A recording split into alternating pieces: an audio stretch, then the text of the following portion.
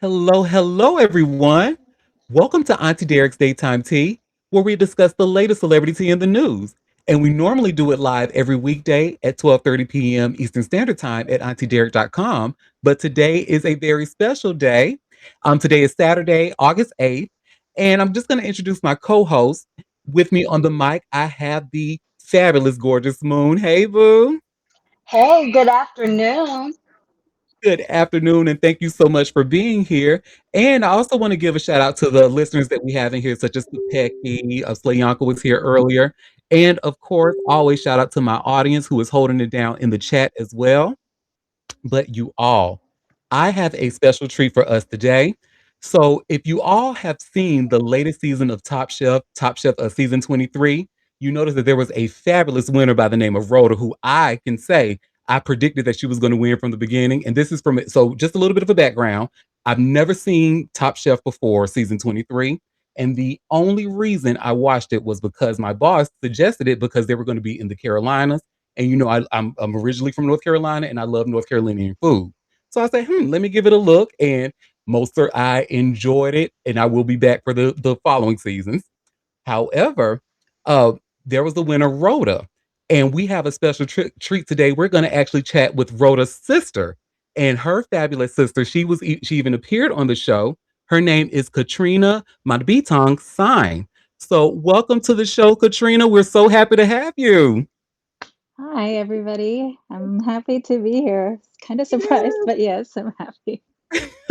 Please don't be nervous. I'm telling you, we're going to have a good time. Well, I just have a few questions to ask you, so we'll just go jump right in.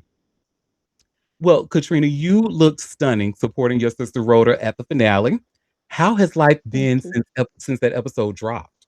Um, it's been kind of normal, I guess. I couldn't expect people to be watching Top Chef, so I didn't like go announcing, "Hey, my sister's on Top Chef," because it was kind of weird to do that because I don't even know if they were watching it.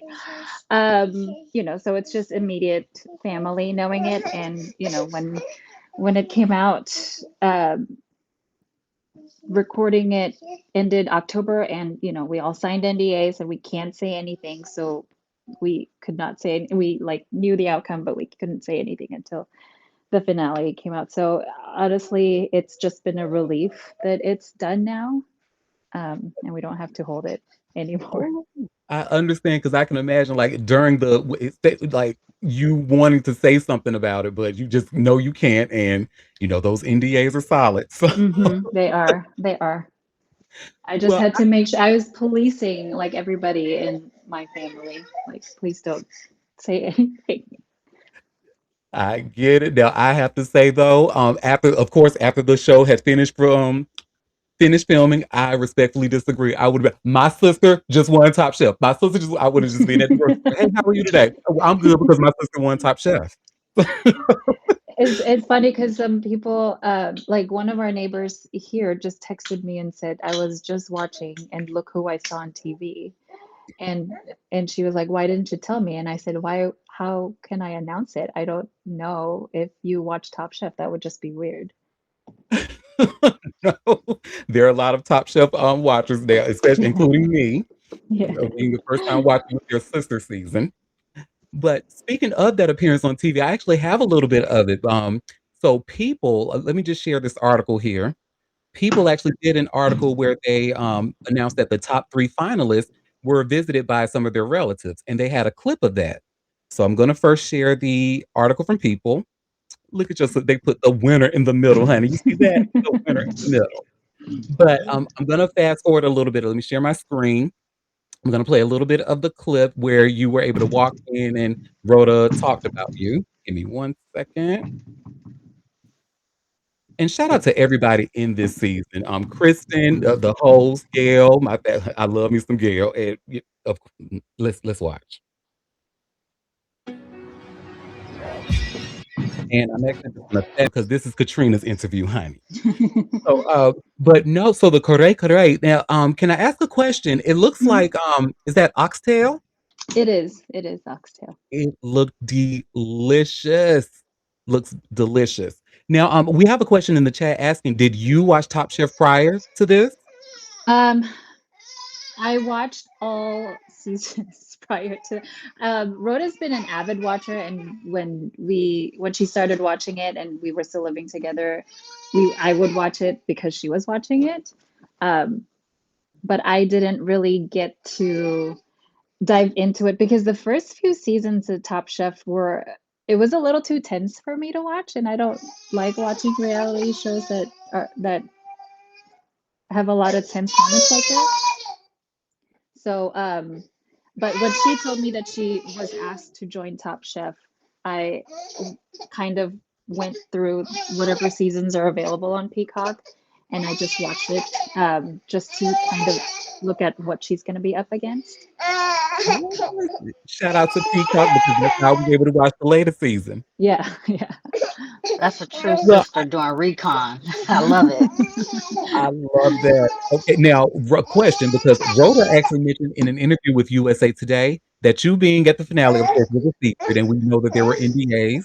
But she mentioned that they allowed her a phone call, and she spoke with you during a video phone conversation. Now, she said that you didn't say anything, but there was a look on your face that suggested that you may show up because she says you're, and I quote, "a bad liar." What do you say to that? Um, I think it's because prior seasons of Top Chefs have had, usually like a family member visit. Um, so maybe they were thinking that, but the way this season is going is not typical of the other seasons. So everything was up in the air. So when we had I honestly don't even remember when they reached out to us or to me about maybe going on the show. Um, they obviously it has to be a surprise. So I was wondering, uh, are we going to get to talk to each other before then? Because I wouldn't know what to say. And I know that somebody is always like when we have those calls, somebody was also filming. So I can't, like, I really can't say anything. So I feel like she thinks it's going to happen. So maybe she's seeing something in my face. I don't know. I'm really like just trying to keep the secret a secret. Rhoda said she knows her sister. She's like, "Mm-mm, there was a look on her face that gave it away. Y'all ain't telling me nothing. I know my sister gonna be here, but when she gets here, Imma act surprised." Allegedly. I think at that point too, the contestants were just so um, homesick. Like they had they couldn't have their phones. There was no connection whatsoever. When she told me about it after, they don't have their phones. They get told like when they have a call, and that's the only thing. Like they can't really email or anything like that. So they felt like really super isolated. Absolutely, yep, and I've learned that by watching a lot of reality TV. A lot of the contestants, whatever show, they can't even look at the internet, can't even look at an article. They are truly isolated from the outside world. So I can Hmm, hmm. imagine seeing you was so refreshing. Well, so we're gonna get deep a little bit because, my next question, now in that same interview with USA Today that Rhoda did, she mentioned that you both moved from, the Philippines to the US when she was only 17. Now, Hmm. as her younger sister, was this move terrifying, exciting, or both? Um, I think because when we were growing up, we've heard that we were going to migrate since I think I was in second grade, maybe. And it took a long time, however paperworks go, to come here. So it was just like out of our mind already until the paperwork became current. I was in third year of high school in the Philippines, and I didn't get to do my last year of high school. Rhoda's already like started college. So that was the last thing in our minds. So it was more it was more like a shock because we kind of have established our friends, our lives in there, and now we have to leave. And it was just me and her. My dad was already here, but he was a merchant marine at the time, so we don't really see him a lot. we have our grandparents on my dad's side of the family, but we didn't grow up with them. So like everybody that we grew up with, we were gonna leave. So it was more heartbreaking than anything.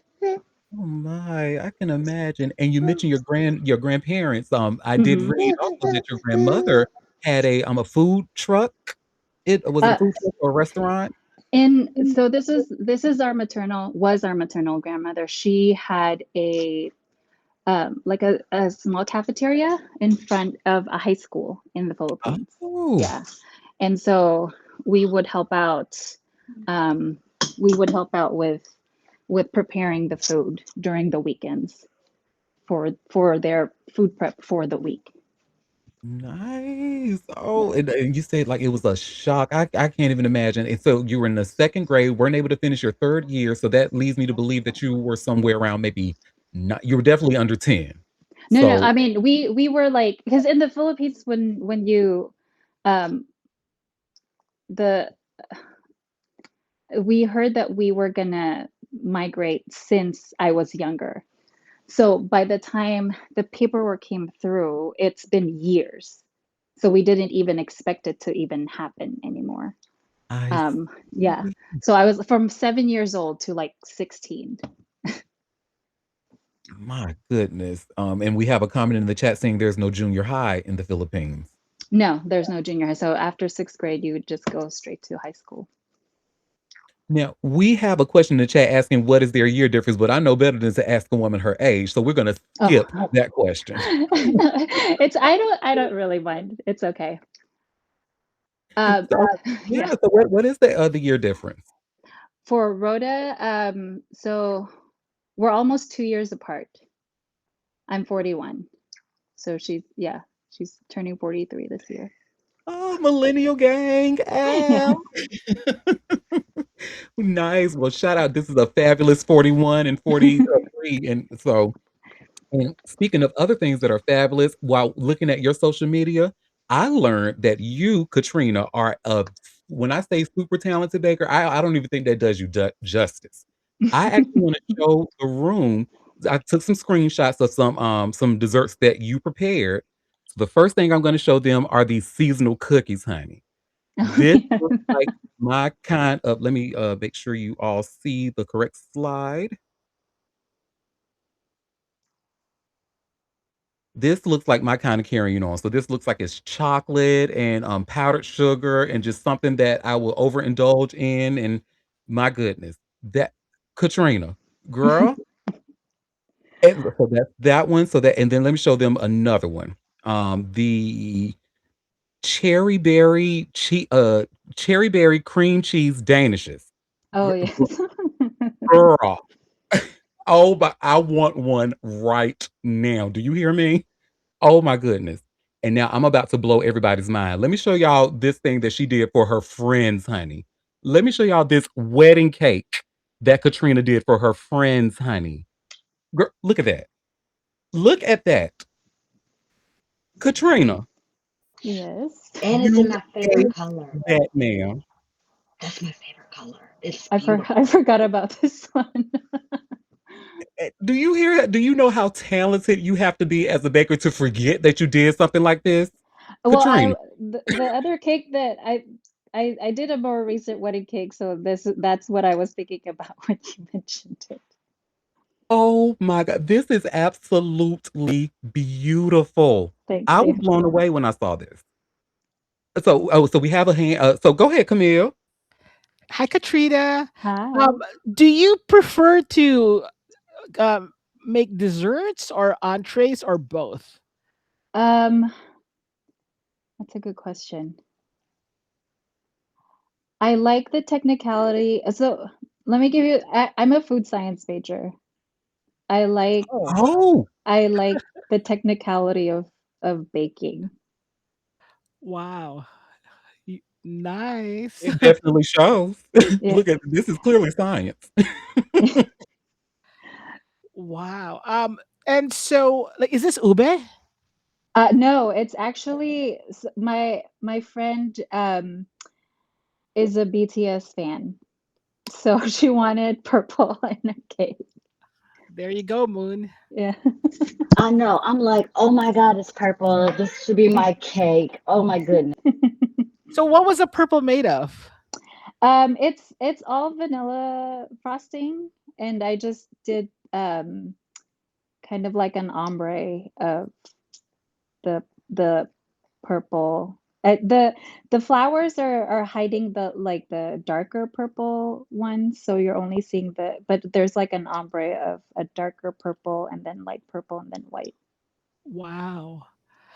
And how did you make this at home? I made the pieces at home, and then we transported it, and then I assembled it at the hotel. Wow. So, do y'all see why I'm speaking? You see how when I showed them this, the only thing I could say was Katrina. Like this is amazing. So It was Auntie, it was fun. I don't want to ask my questions until you're ready for our questions. Go No, ahead. no, you are good, honey. Thank you, because you asked some really good ones. Now, because the next question is just going to be like, it's a really cheesy question. I won't lie to you all, but it says, you share some incredible moments on your social media. What is the next major destination on Katrina's dream travel bucket list? So my husband and I were talking about it. We just did, if you were looking through my Instagram page, we just went to the Philippines. Wow. Because the last time I went was 2010. So my husband has never been and the kids have never been. Um, so I took them, we took them this year. And my husband is Nigerian, so we kind of wanted to do, let's bring our kids to where we grew up. But he didn't really grow up in Nigeria. He grew up in London. So I think that's our next major trip is where he grew up in London. Nice. Okay. And I'm sure he's going to introduce you to some of that because I heard about the fish and chips, Yeah.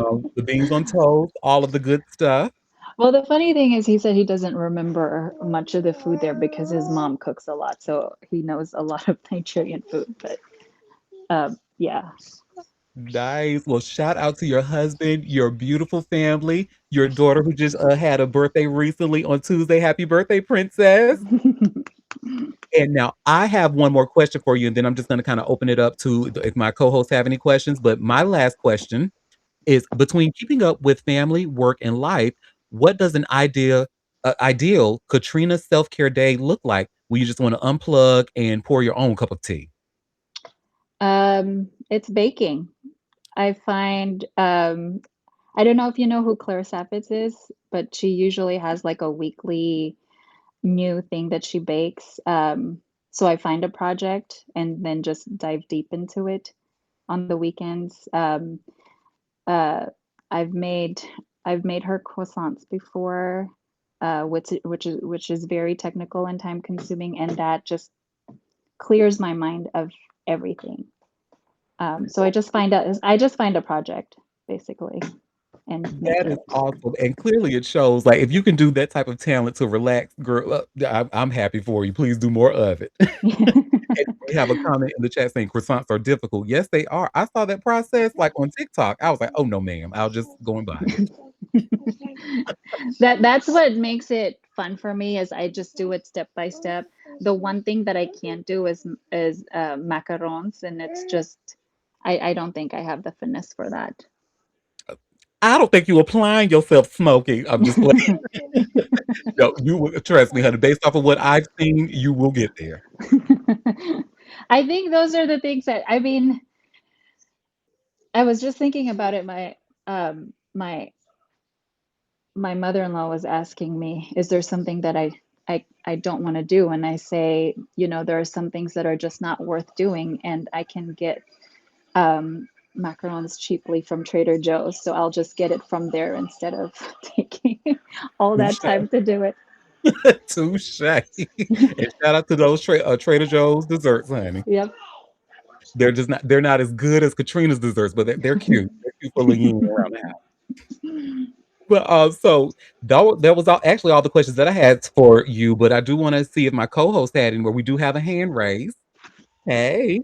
Yes, I have a lot of questions, Katrina. So Go ahead. I I divert all apologize. my questions to Camille since she has them. I don't have any except for I want that cake. Can you make me one?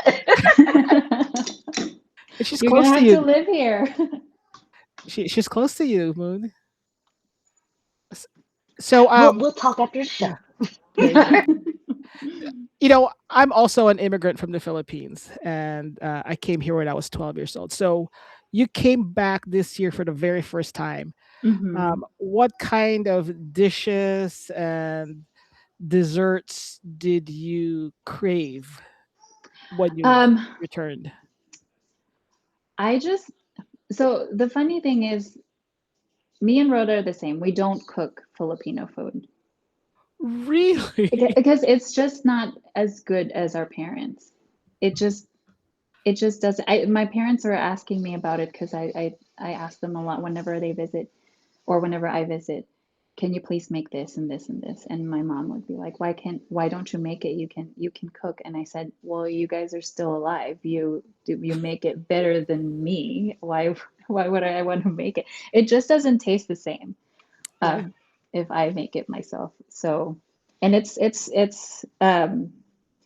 like a food memory for me. So if I make it, it gets kind of tarnished, I guess. Ah, So when we went back to the Philippines, um, I just wanted all the seafood. For some reason, like the seafood here is different than in the Philippines. It's just sweeter over there, like fish is sweeter over there for wow. some reason. Like the my memory is just different. So I try to get as much seafood as I can. And then my kids, I just gave them as much mangoes as they can eat. Yeah. Any other fruits that you kind of craved and like lanzones, Oh, it mangosteen, wasn't not in season? yeah, it wasn't in season. Uh-huh. Yeah. So it was hard to we just and we also were only there for 12 days. Oh, So it was kind of hard to just go from one place to the other and then get whatever we can. My parents tried to um like get crabs and just bananas and stuff, but it wasn't because we went back, was it May? It was around May. It uh-huh. was almost towards the rainy season, so there wasn't a lot Wow. of things available. So Auntie, I think she just dropped like big T there that they don't like to cook Filipino food. Indeed. But I do have a quick question though. So when you all went over to the Philippines, did the kids try banana ketchup yet? Because I heard so much about banana ketchup. I have banana ketchup at home here. Nice. Right? Yeah, Okay, yeah, can you please, Katrina, like yes. tell, tell us about banana ketchup or tell them about banana ketchup? It's hard to. I think I brought it one time to work with. Well, I don't know if Nicole was working with me then, because I brought some. You have to have it with egg rolls. It has to be banana ketchup. It cannot be the sweet chili sauce. Um, so I brought it to work one time, and they're like, "Well, why is it red?" I'm like, "Don't ask me that." Because it's ketchup. Because it's Yeah. ketchup. Um, but in the Philippines, there were no tomatoes. It was bananas. Yeah. So somebody invented banana ketchup. Yes. So I'm sending a bottle to Auntie. So I said, fries, fried chicken, banana ketchup. Yeah, banana Okay. ketchup. I want Um, to try it so bad. Good question, Auntie. I have another question. So you and Rhoda don't cook much Filipino food, Hmm. um, but when you're together, who cooks the rice? The rice cooker does. Who's in charge of the rice cooker? Did she just curse? Did you just say rice cooker? Isn't that a curse word? I'm just playing. I think we've all accepted the rice cooker. It's just going to be there. I have a small one here. When I first got it, my husband's like, "Why do we have a rice cooker?" And now we always use it. Right. I have a Top Chef question for you. Sure. When did Rhoda tell you that she was going to compete uh, on Top Chef? She when she told me that she was thinking about it, um, she's already been asked, I want to say, if I'm not mistaken, at least two times. Oh. and it's just never worked out schedule wise. Uh-huh. Um, and this was the only time when she was asked that she's able to leave the restaurant in capable hands. Um, and she doesn't have to worry about what was going to happen, because I think prior to this, when she was opening a restaurant, and it was kind of her baby, and she didn't really want to leave it. Yeah. Um, and so this time when she moved to Canoe House in Hawaii, she was able to find people to and talk to her manager, and everybody, it just all aligned. Wow. Yeah. And how long is the taping for like that one season?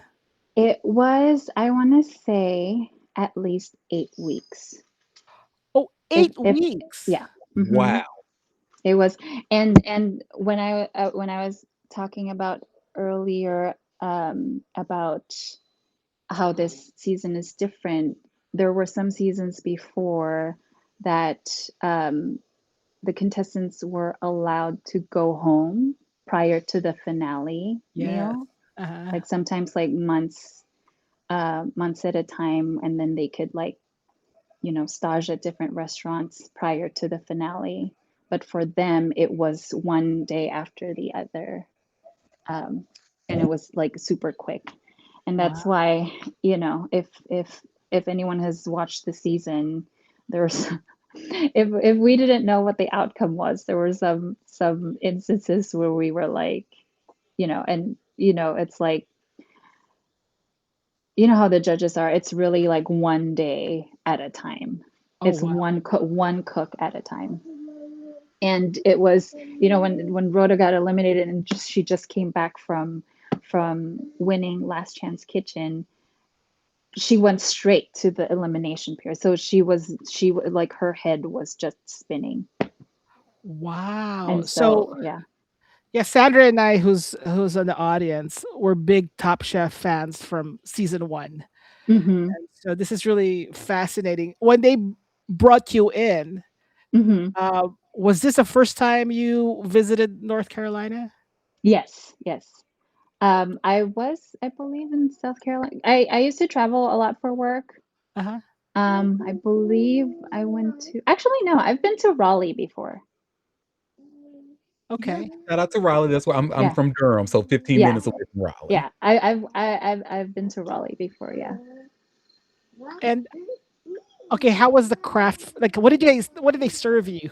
You know, the craft. What's a craft like at Top Chef? um, we didn't really get to eat a lot. I mean, So, don't answer if you can't. We don't want to.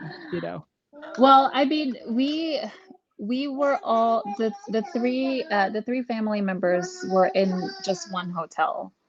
Oh, okay. Um, and the schedule, I want to say, was kind of hectic. So I got there at, like, almost at nighttime, and then the next day we did the cook, and then the next day was the finale cook. Oh, so you had like a day, like a morning to cook kare kare, like get the ingredients. We had like about 3 hours, I want to say. What, the same time as the contestant? Y'all not competing? Why didn't rushing y'all? What? We What's funny Wow. is, what's my well, I don't even know if I can say this. Don't say it if you know. I made a dessert that night too. Oh, It just didn't make it in the edit. wow. That's Filipino for you, 110%. So, Katrina, like I said, it was actually Camille who suggested that I watch because, like, I'm originally from North Carolina and I love our food. So I was like, let me. But I said from day one, oh, Rhoda's gonna win. She's got. And Camille can even attest to that. I was like, oh yeah. And again, I haven't seen an episode of Top Chef before this, but what led me to believe that Rhoda was gonna win was because of the way that the judges were acting to her foods compared to the other, like, of course, you saw, like, the other contestants, they were like, "Oh, this is good," but when Hmm. Rhoda's food reached them, they were like, girl, what you do with this chicken?" I was like they were, like, in love with her food. So, when she got voted off, when she was eliminated, Happy was, Camille was the one Yeah, that told me that they would have the last chance. So I was like, "Oh, so she has a chance to come back?" and then she Mhm. informed me that Kristen won that way also. So I was like, Yeah, "Oh, yeah, yeah. she's gonna win." Mhm. I called it from day one. I just wanna say I knew that's why they think I'm You psychic. did. You did. Now, what Chris what Katrina served, I don't normally, serve that to my American friends. That's kind of daring. Why did you think of, serving kare kare? Um, when they contacted the families, they asked us to think of a dish that is memorable for the contestants. Oh, okay. So I thought of kare kare because every time Rhoda visits, that's the one thing she requests from my parents to make. Wow. And that's difficult to make, at least in my in my Um, mind. I would have made caldereta, which is what she made for the finale, but I know she was planning on making that for some time during the competition, so I didn't want to do a repeat. I Wow. didn't know she was doing it for her finale meal, but I know she's was thinking about it when we were talking prior to her joining. She's thinking about, if she gets far, she'll make, like, she'll try to make caldereta. Wow. Well, for my friends here and for the listeners, if you ever go to a Filipino restaurant and feeling daring, order kare kare. It's actually really good. It's peanut butter based, oxtail, right? Which is funny because I just found out that um, Nigerians also have a peanut-based stew. Oh wow. Now, So did you serve bagoong? it has to have bagoong, and Oh my gosh. they knew what it was. They know what shrimp paste is. So they ate Um, it? they ate it. Yep, yep, Impressive. yeah, yeah. Okay. It's amazing what I mean. It's amazing what they. I'm probably the pickiest eater in that bunch in that table. Wow. Okay. For my American friends, I kind of don't introduce. This is Katrina. You could probably describe what it's like shrimp bait. It's shrimp paste. I mean, every Asian country I found out has their own version of it. The funny thing is, bagoong, which is shrimp paste, is the first thing that Rhoda made when we were younger, when we were still in the Philippines. Wow. Everybody requested that. Like she could sell it. Yeah. Yeah. Um, Oof. and I think that's what started her into thinking I can do this. I can cook. Wow. So between my cousins and I, we say that, they're taking our ube and now calamansi, which is like our lime, and Yeah. we want to keep our bagoong to ourselves. It's Sorry. too, I mean, it's obviously strong flavored. You don't need a lot of it, but it's a must. You have to Yeah. have it. Hmm. Oh, I'll thank you. pass I the mic love to Nicole. this. Yes, go ahead, Nicole. Yes, I'm sorry. I kind of caught off guard. I had a Top Chef question. So you had said that Rhoda had thought about if she had got far enough that she was going to make. I can't. I'm not going to mess up the name of that dish. I'm just. Yeah. I refuse. Um, that she had thought about what she was going to make. Did she kind of have? I do they kind of map out what they want to do or what they want to pull out of their pocket, or did Rhoda do that along the way before she even started the show? Or did she kind of like on the fly, like, oh, I can just pull this out of my hat? Because she's very talented. I'm like Derek when I saw her, and I had told you, I'm like, I'm rooting for her. I was just like, yeah, yeah. And then when she went to Last Chance Kitchen, I was like, well, damn, now I gotta watch Last Chance Kitchen. And I don't ever watch Last Chance Kitchen. And I've been a Top Chef fan since probably season 2 or 3. Um, so yeah, did she plan out a lot of the things that she was going to cook? Can you say that? I'm not sure. Um, I don't I don't think that the competition itself allows that because, Mhm. because the challenges have a specific ask for it. You can get creative, but at the same time, you can't kind of push what you want because there's like parameters with the cooking. So I think for her to make caldereta is is really like it really was a finale meal because for the most part, the finale meals for Top Chef is cook us the best meal of your life. So they have kind of free reign. So she was able to do that then. Now, if I don't even know what kind of challenge would put caldereta in, but it reminds me of the second episode where she made the short rib with the gochujang, so the really spicy one. That kind of reminded me of kare kare. Okay. Did Well, you guys see? congratulations to the both of you. Yeah. Yes, indeed. Did you guys see each other like after the show in the hotel Oh room? gosh. Kind of. Yeah, so after the finale, we all went to their loft. I was able to see where they stayed, all the contestants.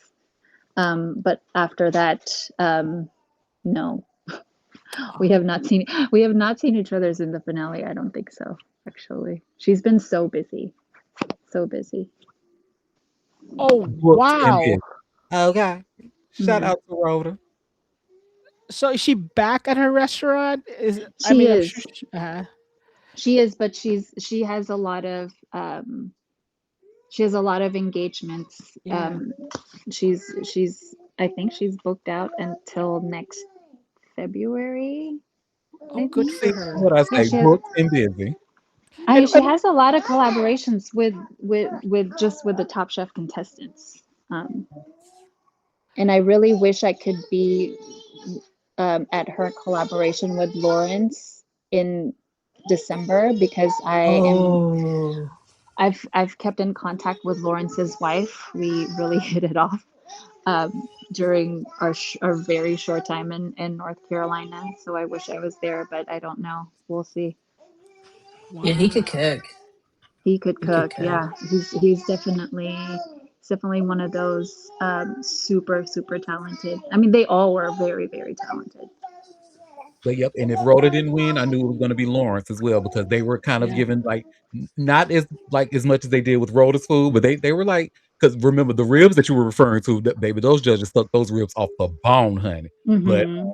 the next week they just kind of nibbled. They was like, oh, it's cute, but Rhoda, girl, Rhoda, who this? You can kind of tell the way that but the show is definitely heavily edited. There was a lot of things that they had to cut because of the time constraints. Wow. Well, there's a Top Chef favorite. Nicole, you know this from past season, and he's based in Maui, and because of that, like the minute I stepped foot in Maui, we went to his restaurant. So I'm sure Rhoda. What island is Rhoda in? She's in the Big Island. Oh, even better. My Yeah. favorite. Wow. Yeah, I'm hoping she does have a collaboration with Sheldon as well, but we'll see. Sheldon. That's Yeah, it. yeah. So, I mean, but you guys have talked over the phone, right? I mean, you guys kind of Oh like yeah, yeah, share, like, why did you cook this? What, yeah, yeah. Okay. We always, whenever I have a food question, I would always go to her first. Wow. And at what point did she decide to, you guys are both cooks. At what point she goes, you know what, I'm going to do this professionally? And were you Um, scared for her? I am not sure actually. One day she just said, "I'm going to Le Cordon Bleu." She's just gonna study cooking. Because when we first came here, we were just kind of I was still in high school, and she's just finding her footing, what career she wants to do. Wow. All right. Well, you said that you have the rice cooker cook the rice. So between the two of you in the kitchen, who cleans the dishes? I do. Okay. I've always been the cleaner, and she's been the cook. Oh. Yeah. Now, even though you go to her for, like, maybe any food advice, does she come to you for any baking advice? No, she does not. Well, she should. She has if you go to Canoe House, they have a great milk bread. Um, it's the best. Nice. Well, Katrina, I know because the princess, she wants her mommy, so I won't take up any more of your time, but I want to thank you so much. I can't thank you enough for chatting with us today. I think this is an amazing conversation, and I learned so much, and I got to show off your wedding cake, honey, that you just think is like, "Oh, just do something for friends." No, that is but it was a pleasure to speak with you. Thank you so much. Thank you for this opportunity. Yes. Thank you, Katrina. Thank you. Well, you also, and as the plan, like I said in my email that I sent about this, I also prepared some tea for us to discuss today, some of the hottest tea that's in the news. So let's go ahead and jump right into the tea, honey. And because my children's not here, I'm gonna go ahead and say it's tea time. That was my thing. I was gonna do that.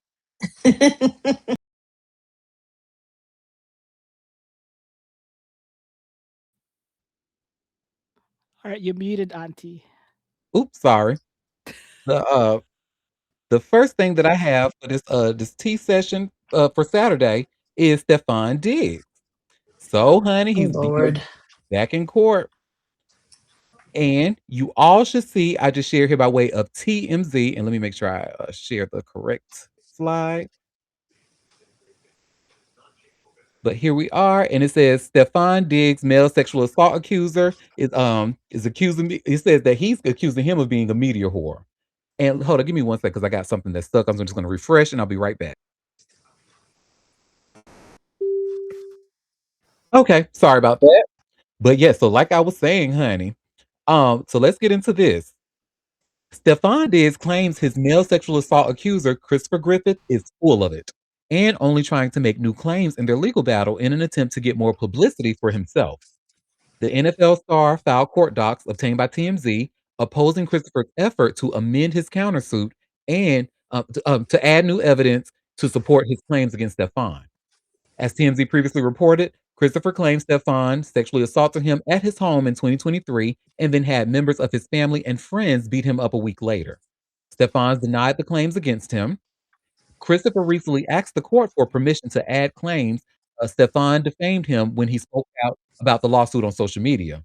Stefan wrote, "Mama's a nigga lying on my name because he got caught stealing." In his new filing, Stefan said his comment wasn't defamatory because it was true. Stefan, who just signed a 1-year deal with NFL's Washington Commanders, said Christopher has mischaracterized documents and relied on innuendo and selective snippets. He insists this was all done to better serve his attempts to amplify media attention, noting Christopher has appeared on pop culture podcasts like No Jumper and Vlad TV. hmm So, yeah. And I mean, I can't argue with that when he says like, he's using, what was the word that he used? He relies on innuendo and selective snippets. I can't argue with that, and the reason I'm gonna, agree with that part of it, because I can even show y'all something that was just posted by Christopher Blake Griffith last night. Let's go straight to his Instagram. When I tell you I saw this was messy, honey. Let me share my, screen. Child. So you should I won't play the song because this is going over to YouTube, but he used Destiny's Child's t-shirt in this girl, and it says, "Tell lies about me, I'll tell truths about you. It's been my destiny since a child." So baby, what he's showing in these photos that they wearing each other's shirts, honey. Let's go through these Hmm? pictures. hmm Okay, wait a minute. Wasn't he on the thing saying, but trying to say, I'm not gay, this and that, but then he keep putting out more evidence that that's not the that's not the case. That's what he said, girl. Because I was there. I watched him say it. He said that he is 100% heterosexual. No, didn't he say no? That was Johnny Gill to say he's 210% heterosexual, allegedly. But Yeah, he was heterosexual, and which is why what Stefan is saying is absolutely right. He's relying on innuendo and selective snippets. So this does now we know that this is let me wear my man's t-shirt, honey. You know my man, it smell like my man. But yeah, there's more, honey. I mean, and this Mhm. then he gonna put the definition of a commander. Let's read what he wants us to see. It says it's a one in an official position of command or control, such as a commanding officer or the presiding officer of a society or organization. So, are you saying Stefan is your commander? From here on out, I'll be your commander, like Kelly Rowland, honey. What's going Mm-mm, on, honey? mm-mm, Oh, mm-mm. He need to pick a side of the fence. How about that? he want both sides, honey, allegedly. Mm-mm, mm-mm. Look, if words have power, imagine a prayer. Ooh, Ooh. what you praying for? On your knees. Ooh, ooh. And You be what a is mess this? today. And it's so I guess this guy's tattoo where it says "Got your hat," he gonna cross it out says "Got your shirt." So but there's more, honey. This is honey. Look at this shirt right here. He's wearing that same shirt. Looks like in New York. Oh, girl, and is this a pride flag? Where y'all at? Where y'all at? Oh, look here. Look here. He Look needs to the stop same. telling these tall tales. I mean, well, if he's saying he's not gay, he might be 100% correct because I feel like he's bisexual. He goes both ways. So On the technically, technicality, you say yeah, on a technicality. they work in court. So, Technically, I'm not gay. Technically. Hmm. but You we of the know, community, sir.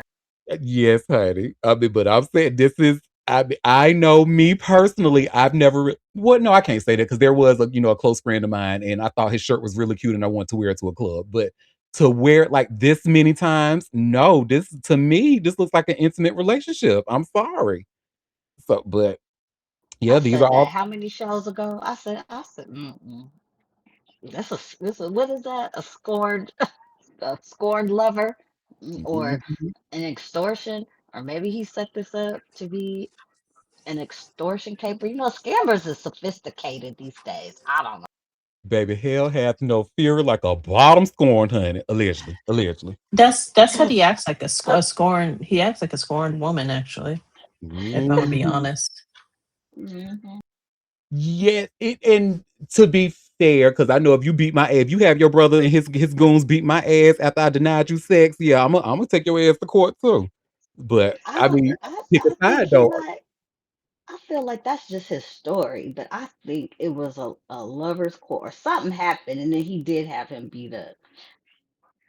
Yeah, I don't think it's for denying sex, because men don't turn down sex. I don't care.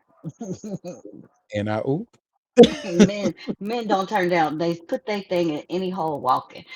Now, maybe I don't know. I know women turn down sex or be tired. I don't know, but men, I don't know. And look at this girl. So this looks like he's wearing the jacket from this set. This is like a whole sweatsuit. So these are the pants. Here's the jacket. Ooh, you take the pants out. Oh, so look, top, bottom. I told y'all he'll have to feel like a bottom. Allegedly, allegedly. I cannot. Well, y'all, that is that on that, and I will continue to follow this mess like I've been following this next story that we have. So Chris Brown, America's favorite cokehead colorist, allegedly, but he is pretty much fighting. He don't want Maria to get that money from his tour, honey. He was like, "Look, she doing too much." And you also see I just shared here by way of TMZ. Chris Brown fighting ex housekeeper's effort to redirect profits from Usher tour. So, girl, let's get into it. So, Chris Brown is fighting his former housekeeper's efforts to redirect his profits from his tour with Usher into her pockets as she tries to collect on her nearly $13 million judgment from a lawsuit Chris lost. The singer filed court docs obtained by TMZ objecting to Maria Avila's moves in court to have all of his present and future income assigned to her including his tour money and royalties, until the eight-figure debt is satisfied. As TMZ reported, Maria was awarded the massive judgment after her lawsuit against Chris over a 2020 dog attack at his Los Angeles mansion.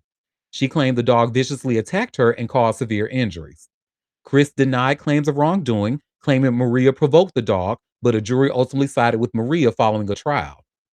In his new filing, Chris said Maria's effort to grab all of his current and future income is way too broad and well beyond what she can get under the law.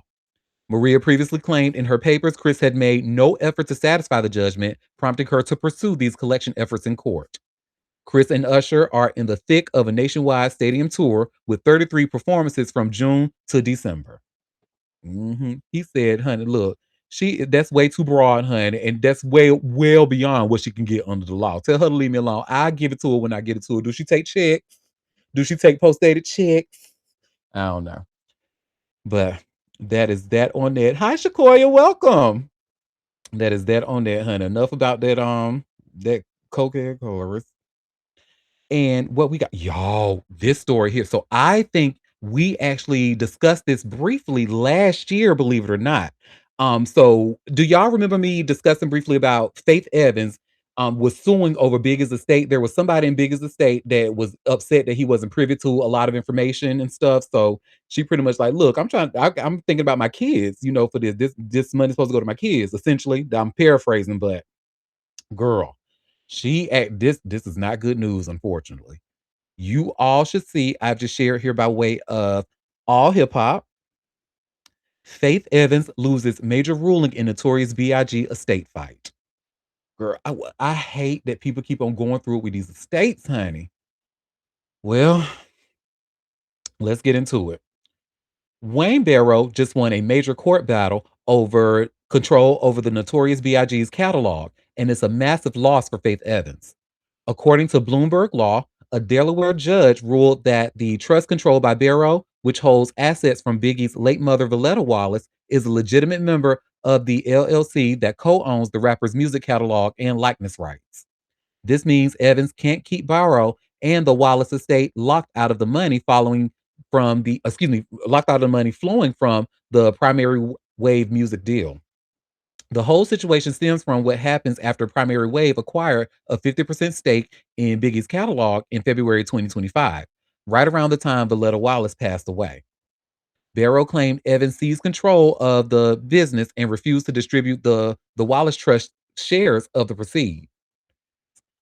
Judge Kathleen St. J. McCormick opened her ruling by quoting Biggie's own lyrics from 10 Crack Commandments, which warned to keep family and business completely separated.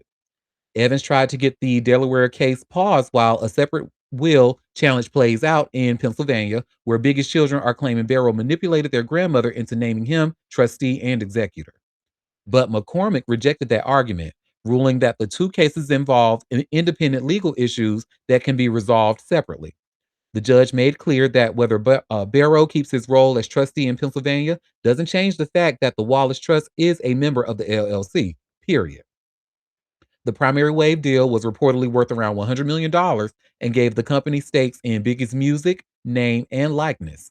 Biggie himself, also known as Christopher Wallace, became a legend in the mid-1990s with tracks like Juicy and Big Papa before his unsolved 1997 drive-by shooting. Damn, homie. So the judge said, look, I reviewed all the information. That's that. And he is technically a legitimate member of this LLC, so you can't keep him out of things. Well, that is that on that. Okay. Oh, another piece of not so good news in court. Megan the Stallion. And my baby been just going through it, honey. I would just want this girl to just have an easy time just for a minute. Like, damn, can she get a year? Shit.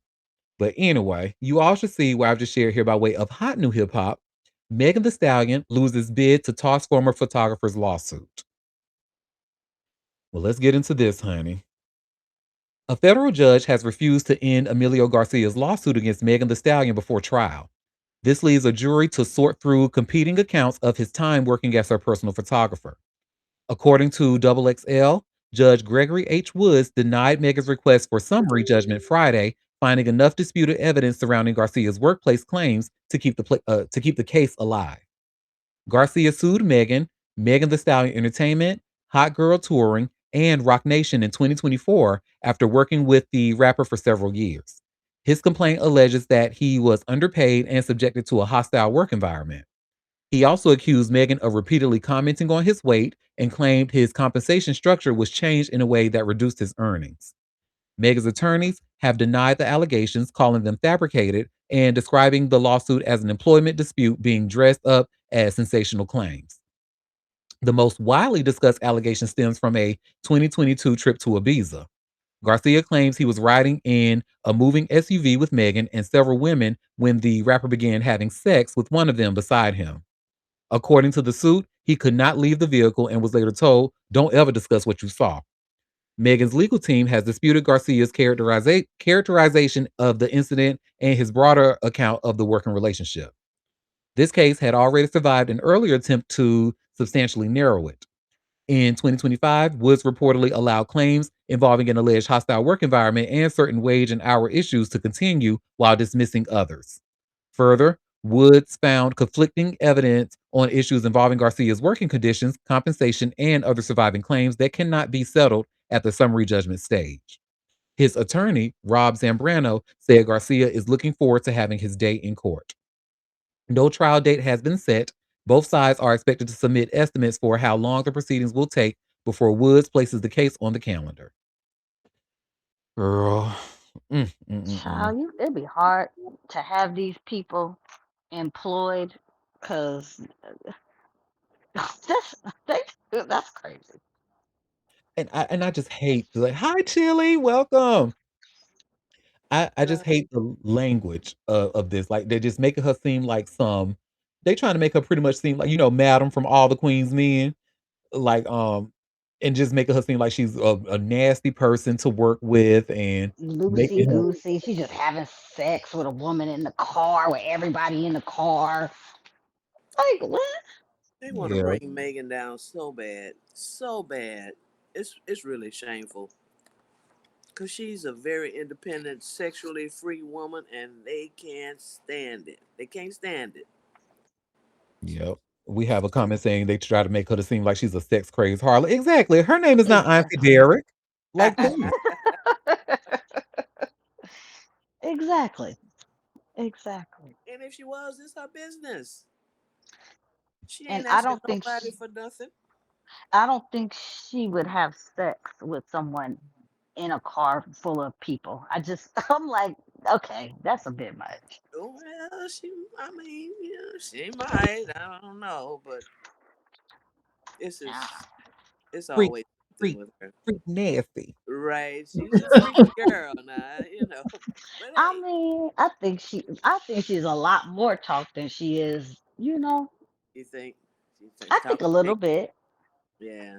She I might. No, mean, 'cause I heard about them people that be in anime, honey. I heard they like to, where's that saying? Lay it low and spread it wide. shut up. Shut Allegedly, up. allegedly. That's what I heard. Drop it low and spread it wide. She might. Well, these people. Well, speaking of dropping it low and spreading it wide, honey, let's talk about the self-proclaimed Princess of Thoughtlandia, Portia Williams. Okay. Oh God. Ugh. You all should see. I just shared here by way of TMZ. It says Real Housewives of Atlanta star Portia Williams scores big in divorce battle, gets multi-million-dollar home. So at least we got one court win we could talk about. Well, let's get into it. Huge win for Portia Williams. She scored a seven-figure divorce settlement and the house from her ex Simon Gabardia, and she told a judge he agreed to quickly pay up the other money he owes, TMZ has learned. According to court docs obtained by TMZ, Portia says Simon transferred his interest in the Atlanta mansion once in the Atlanta mansion they once shared to Portia through a quick claim deed.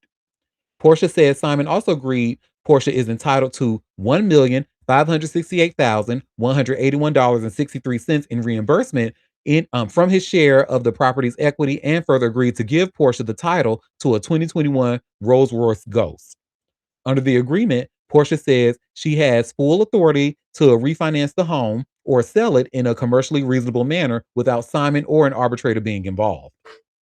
The docs say Portia and Simon confirmed the settlement terms under oath during an August 5th hearing, telling the judge that telling the judge the agreement resolved all of their remaining issues.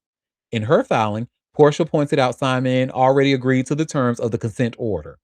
The former couple married in November 2022, but Portia filed for divorce in February 2024 after just 15 months of marriage.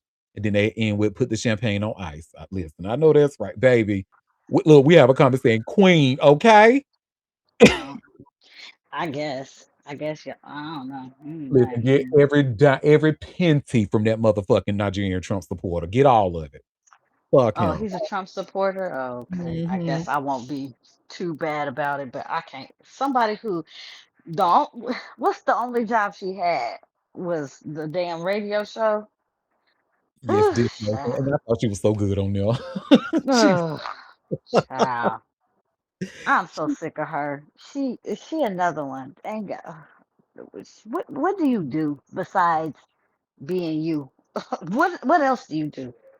Cause Yes, I'm sick of that's her. enough. She said she the princess of Thailandia, honey.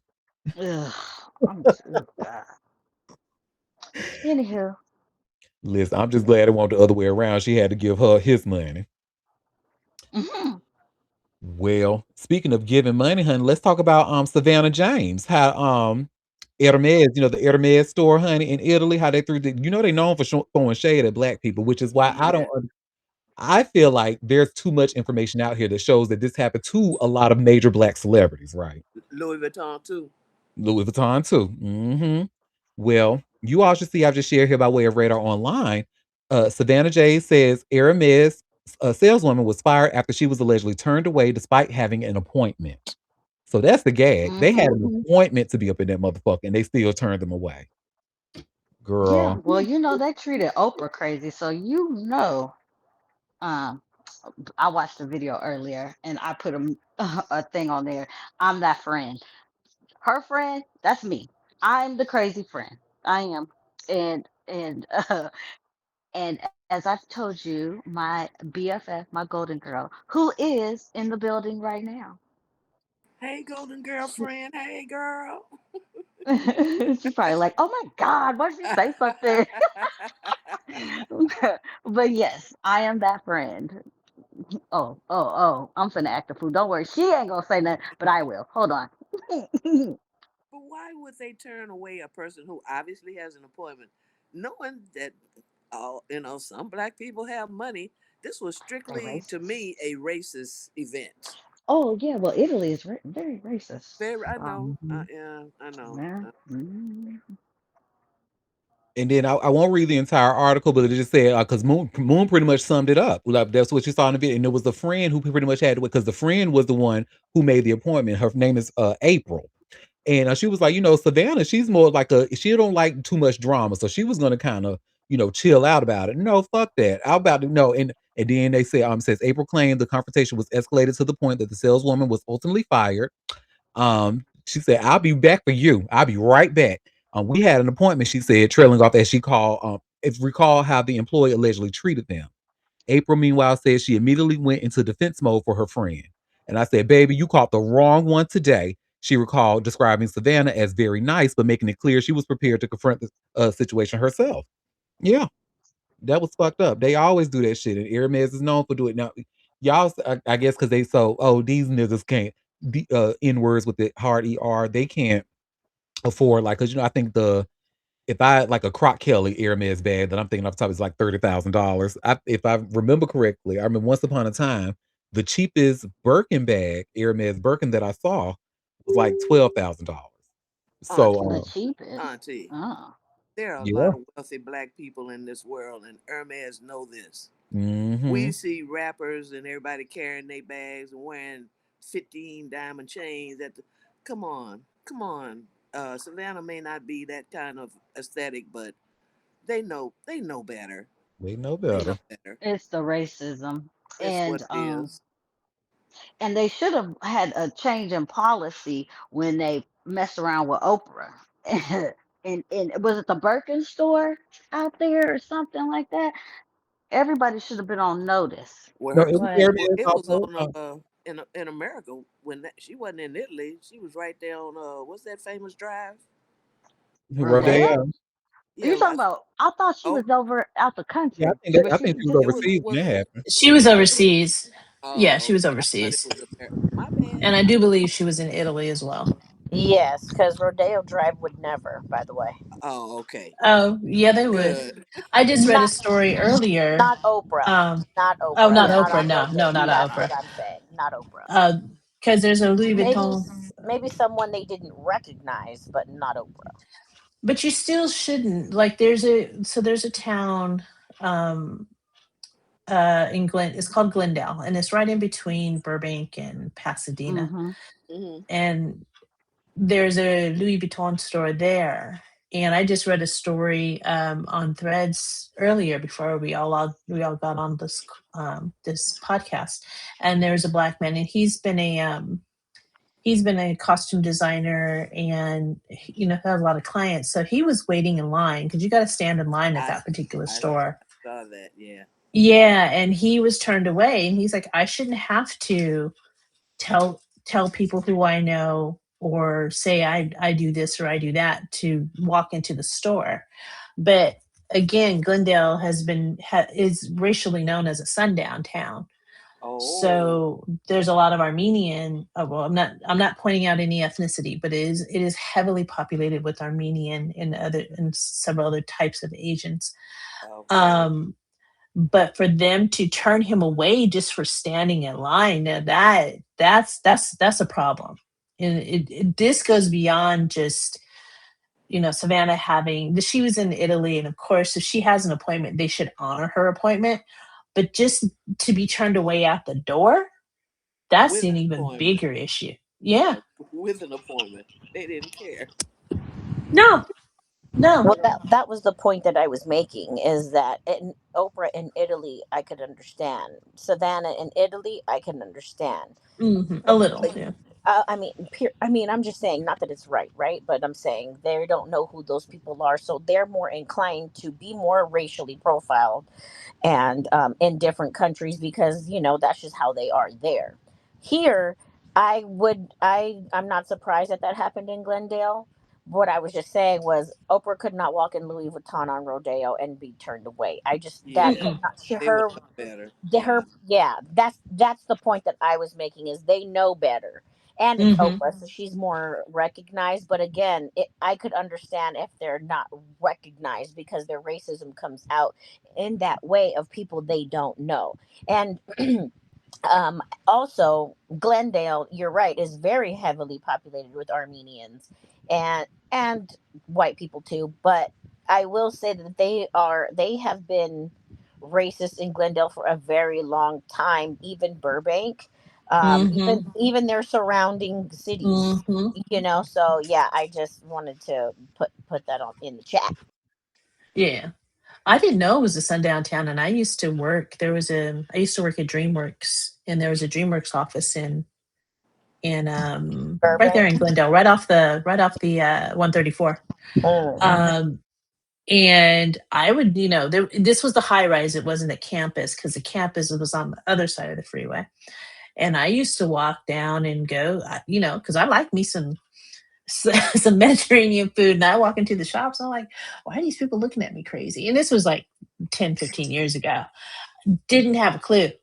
And it wasn't until maybe after I left that job, maybe about 5 or 6 years later, I was like, oh, I was in I didn't know that they were a sundown town. Because we go over there, I'm sure you've been to Porto's. We go over there and go to Porto's and have a good old time and get some pastries and stuff. And didn't ever had a problem. But yeah, it wasn't until later that I have learned about their history. Mm. Yep, Zanku too. Camille's like, Zanku chicken? Yeah. Yeah. I just got some education today too. I'm over here like gag, like damn, like son. I didn't even. Well, I knew like because when I my first time out in L.A., we actually stumbled across a trunk rally by accident when we visited Beverly Hills for the first time. So I Ooh. was like, oh yeah, I didn't know y'all got down like this over here, but No, they get down like that. And also Mm-hmm. to make it clear, they get down like that. Also, too, I don't know if you know when Jalen Brown during All Star Weekend, I believe he went over and threw an event down in Beverly Hills, and they shut his whole shit down. They They shut it did. all the way down to the Yeah. ground, honey. I don't remember that one. I believe you though. It's Beverly Hills. I believe you. Yeah, and so basically, he I guess didn't know, and they didn't tell him, and he was angry, of course, and trying to figure out why that happened. But natives, they were basically telling him, "Well, you didn't talk to the right people. See, and the people that Right. you're talking to got you in Beverly Hills, and then got your event shut down, and now you out here mad talking about this, that, and the third." When black folks were telling him, "Well, why didn't you ask black folks? They would have told you where to go and how not to get shut down and not be where they don't want black people." You know what I'm saying? Right. So I just thought that was I hope, and what I said on the internet was, I hope this opened people's eyes to where they want you to be and where they don't want you to be. It doesn't matter how much Hmm. money you have. Exactly. And we'll still keep buying Hermes and Louis Vuitton purses. I mean, that's the Mm, killing part. Not me, honey. I don't have anything designer on purpose. I chose just not to do that. Prior to Me either. even the remember Gucci had that weird black face sweater Yeah. before Mm, that, like, I just wasn't into it. I just thought that, why are we wearing Italian things when Italy doesn't. I was taught very early that Europe ain't the place, and so I just didn't understand why all these black folks um Yeah. idealized all this Italian and European wear. It just didn't make sense to me. Well, that's their global strength. Even as racist as they are, their global, recognition, and Hmm. that's what they want. mm. And it's been what? It's been in our culture to covet um these name brands, the status that it gives you.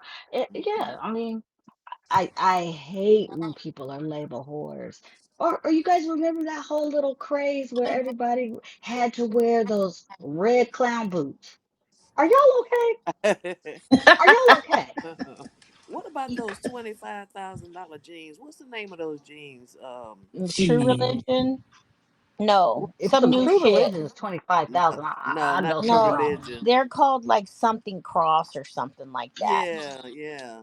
But what 25, I maybe. will say is, I think where we messed up at is where it really changed the game is when we allowed them to take Dapper Dan. That's when Yep. I feel that's where I feel like shit really hit left is Yep. yeah, they took Dapper Dan from us. They were like, "Okay, well, if we can't beat him, let's join him, and we're going to give him a store, and we're going to take his ideas and do all of these things." And I just feel like that's a continuous thing of always trying to, they say, partner up, and it's really being taken advantage of. But that consistently happens. And for me, I just think that black folks needs to put their dollar in different places. That's why I have yet to still this. I'm going on my almost on my second year of not buying anything from Amazon. It has to matter. My black and brown dollar has to matter. I hear you. Yep. You standing on it. I love that. I ain't gonna lie. I ordered a couple of things from Amazon, but I don't order nearly as much as I used to. Oh, yeah. Honestly, like I told y'all before, Mackenzie still has shares, and so I choose to believe that my shares are going to Mackenzie.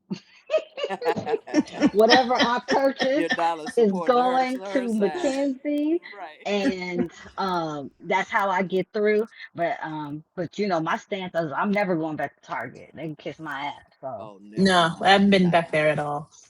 I mean, you gotta pick your poison. So right now, I'm 10 toes down on never going back to Target, and hopefully I can get to a place where I don't fuck with Amazon, but that'll be hard. And I mean, hell, shouldn't even really be fucking with Walmart, but my God, I haven't been in a we could go Walmart. down the list. I mean, one thing at a time. You know what I'm saying? You pick Exactly. one until you can get to the next one. Mine so far is Target and Amazon. Yeah. And I'm working on the next. I don't have anything,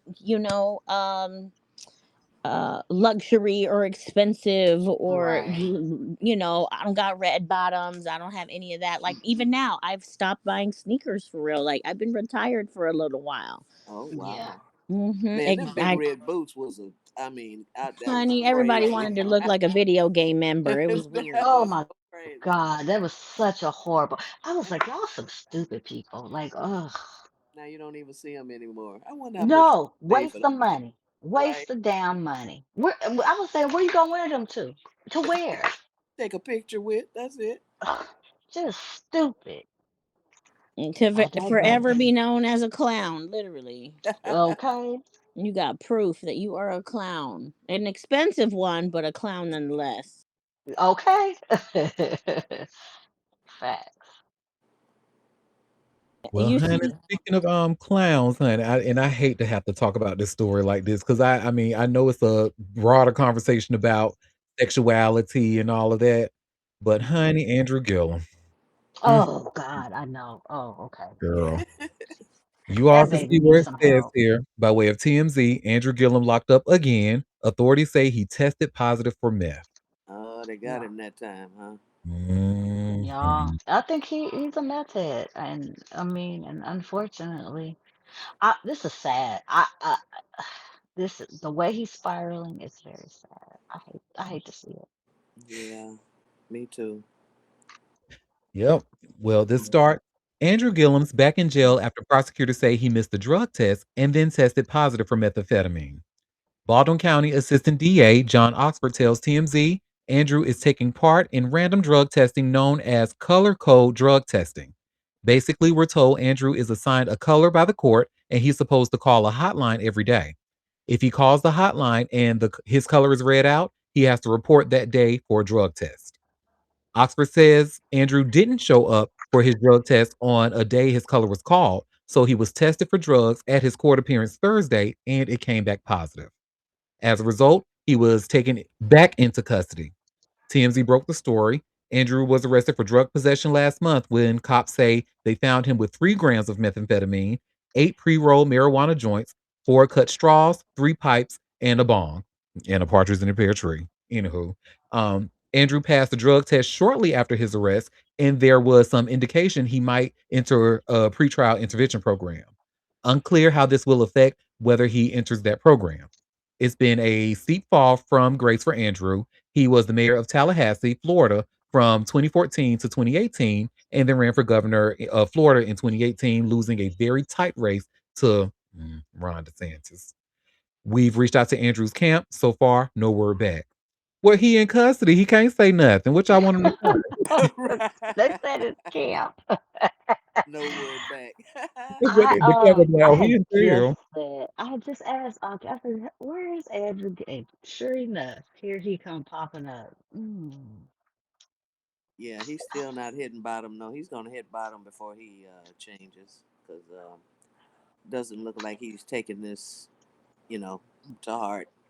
Well, and I think he has a drug problem. He definitely Yeah, has an addiction issue for that's what I sure. mean. He's gonna hit bottom before he really gets help.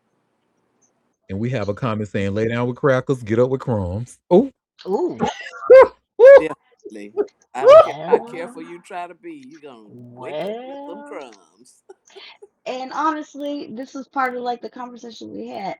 The demons of not being able to live your life and then Yeah. have to do things in secret and pressure to keep this facade going. And it's like, who are you keeping this facade going for? Who? Because it should be for us. Because clearly we know. So I don't know what is keeping you shackled to trying to maintain this facade and foolery. I Well, don't they know, maybe but I he was trying to do it. I mean, it's out the bag now, but that kind of stuff fucks with your head when you can't live your, truth. exactly. But That's what I'm now it's saying. open, so like, what is he hiding from now? Because his family got to know if that's the case, or the public knows. So come on out. child. In his case, for sure, but I guess it's easier said than done, honey, because a lot of times we truly underestimate Yeah. how Yeah. homophobia and even transphobia can, like, funky Dineva. made a good point when I was watching him the other day, and he was like, "Let's put it into context. Do any of you have any secrets that you would kill somebody for?" I don't. Mm, But no. so yeah, these men are like people will like kill so that people will not find, especially someone who is trans attracted. You see the numbers show that it's black Oh trans yeah. women being killed all over the place. You know what I'm Yeah. Right. Right. we but like that's how like it, they would Well, that's kill for them. happened. Yeah. I mean, we've seen it show. You know how much we watch these. Yeah. People find And out, and yeah, you kill them. Yeah.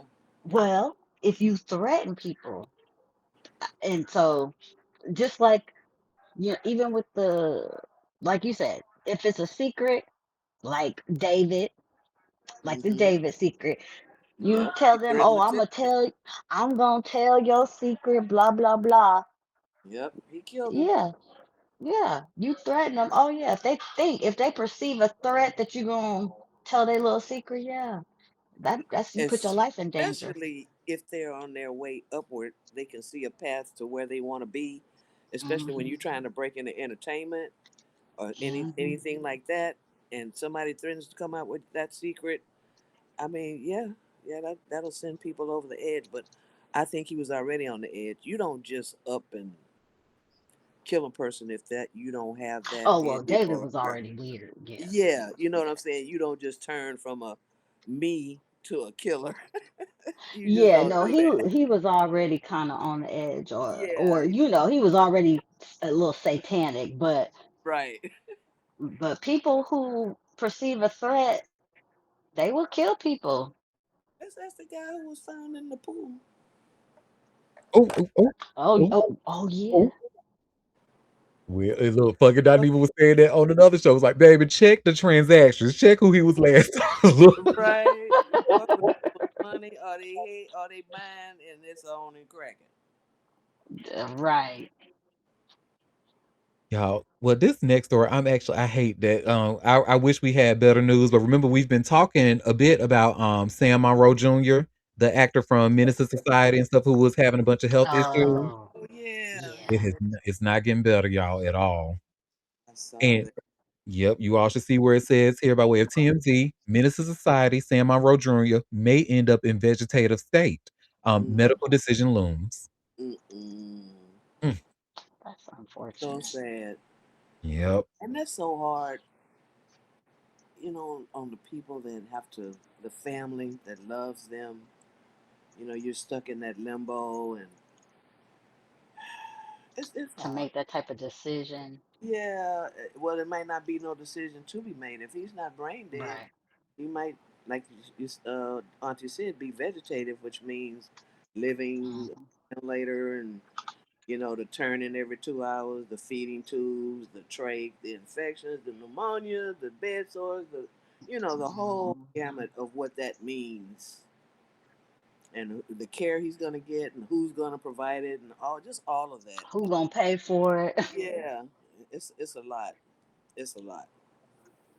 Yep. And this starts Samuel Monroe Jr. remains hospitalized in Los Angeles on life support in a medically induced coma. And it's getting more apparent there may be no light at the end of the tunnel, his family tells TMZ. The actor, best known for his work in Menace to Society, has been hospitalized since April, initially going in for a severe case of meningitis, which turned into MRSA pneumonia. And from there, one severe medical issue after another piled up. Samuel's wife, Shauna Stewart, tells TMZ Sam's brain continues to swell because ventricles have enlarged and they're not holding the cerebral fluid, which is resulting in seizures. He's undergone 3 brain surgeries, we're told. She also says his left lung has partially collapsed. We're told Sam continues to have CT scans to monitor brain activity, but doctors feel he may end up in a vegetative state, and the family is struggling with making a very tough choice. As TMZ reported, the actor has been battling for his life for months in the hospital, requiring multiple blood transfusions, excuse me, in a matter of days, as his body is decimated by MRSA, pneumonia, and meningitis, among other ailments. He's been placed on dialysis. And Shauna tells us the family who launched the GoFundMe back in April is in agreement that Sam will undergo 3 to 4 more CT scans, depending on the results, they may have to make a heartbreaking decision. Mm, Oh, do and you know what it's like to be in the hospital for 4 months going through what he going through? He already going through that vegetative state stuff already. Partially collapsed lung, blood transfusions, swelling in the brain that won't go away. Oh, oh my God. You don't know what that looks like. oof, I can't even People, imagine. and people, we, I don't want to start a whole new conversation about this, but people be like, do everything you can, doctor. But baby, you don't know what that everything looks like. It may sound good, but it's very, very ugly. It's very ugly for the person going through it. And I'm gonna leave it there. Yeah, yeah. It's based on what we've been following this story, and based on what because we have seen very little recovery every like story that we've read with him. Right, right. Line, he got all kind of lines in, and the infections that go with that, and just, oh, it's yeah, it's a lot. I really, really feel bad, especially that he went so long without a diagnosis. Like, would he be here like this now? But I mean, you can't question, I guess, what happens in life. But yeah, it's just a sad thing to happen to him. Something that possibly could have been prevented had it been diagnosed earlier. Yeah, we certainly wish him well. Like, I mean, if there's any chance of if there's a pinch of hope that will Yeah, get him through this, I'll holding on to it. But based on what we've been reading, yeah, they might have to make some really tough decisions. don't sound good at all. You know, I haven't been following his mama's on Facebook. I need to go take a look. I forget her name. I'll look after the show to see if Yeah. she's still being messy. Well, God bless you. yes. God bless him and God bless Alden Smith's son as well. So Alden Smith, remember we talked about him not too long ago and he suddenly passed away. Um, I think it was for, if I remember correctly, for CTE related issues or something. But you all should see where it says here by way of TMZ, Alden Smith's son to inherit late NFL star's estate, Doc's claim. So let's get into it. Late NFL star Alden Smith's estate will be inherited by his only son, according to the kid's guardian. Court docs obtained by TMZ reveal Alden left behind personal property, unclear the value of the assets. He was not married and did not have any children on the way, but he did have a 13-year-old son named Aulus Smith. The paperwork said Aulus is the only beneficiary of Alden's property. As TMZ first reported, Alden died in June at the age of 36. The athlete's friend found him unresponsive in a truck, and no cause of death has been released. Okay, so it wasn't CTE related. They haven't released the cause of death. And that was the one that was out like working with the homeless and doing a meal run. Yeah, yeah, Mhm. doing good for the community. Damn. Wow. Well, that's that on that. Well, that was an easy fix. Y'all, I could not wait to talk about this story, honey. So you know we've been following like the Nicole Kidman and Keith Urban debacle and all of that. And we the last story we read was Keith Urban was allegedly feeling away that Nicole has moved on with her new millionaire boo. Well, honey, and it's a reason for that, honey, because he feel that if she moves on, he's going to be old and washed up, and ain't nobody gonna have or want anything to do with him any longer. I'm What? not Whose even fault kidding. is that? Who? What? Why would What? he even think I that? know you fucking lying. Girl, and that's what Mo, I was reading this story and I said, I know you fucking like really, The really? audacity of a white man. Mm. Why would he think that? He's an artist. He's a musician. I Women know throw it don't themselves. matter. I'm just You saying, left her. women throw themselves at people like him. No, why would he even think that? Like, what's going But on there? he told Child. her we can't repair this. It's over. Yeah. He Because left her. the reason that he feel because this no, it's not billionaire, but millionaire man is pretty much making him look bad. Look at I guess making him feel Whose short like fault is that?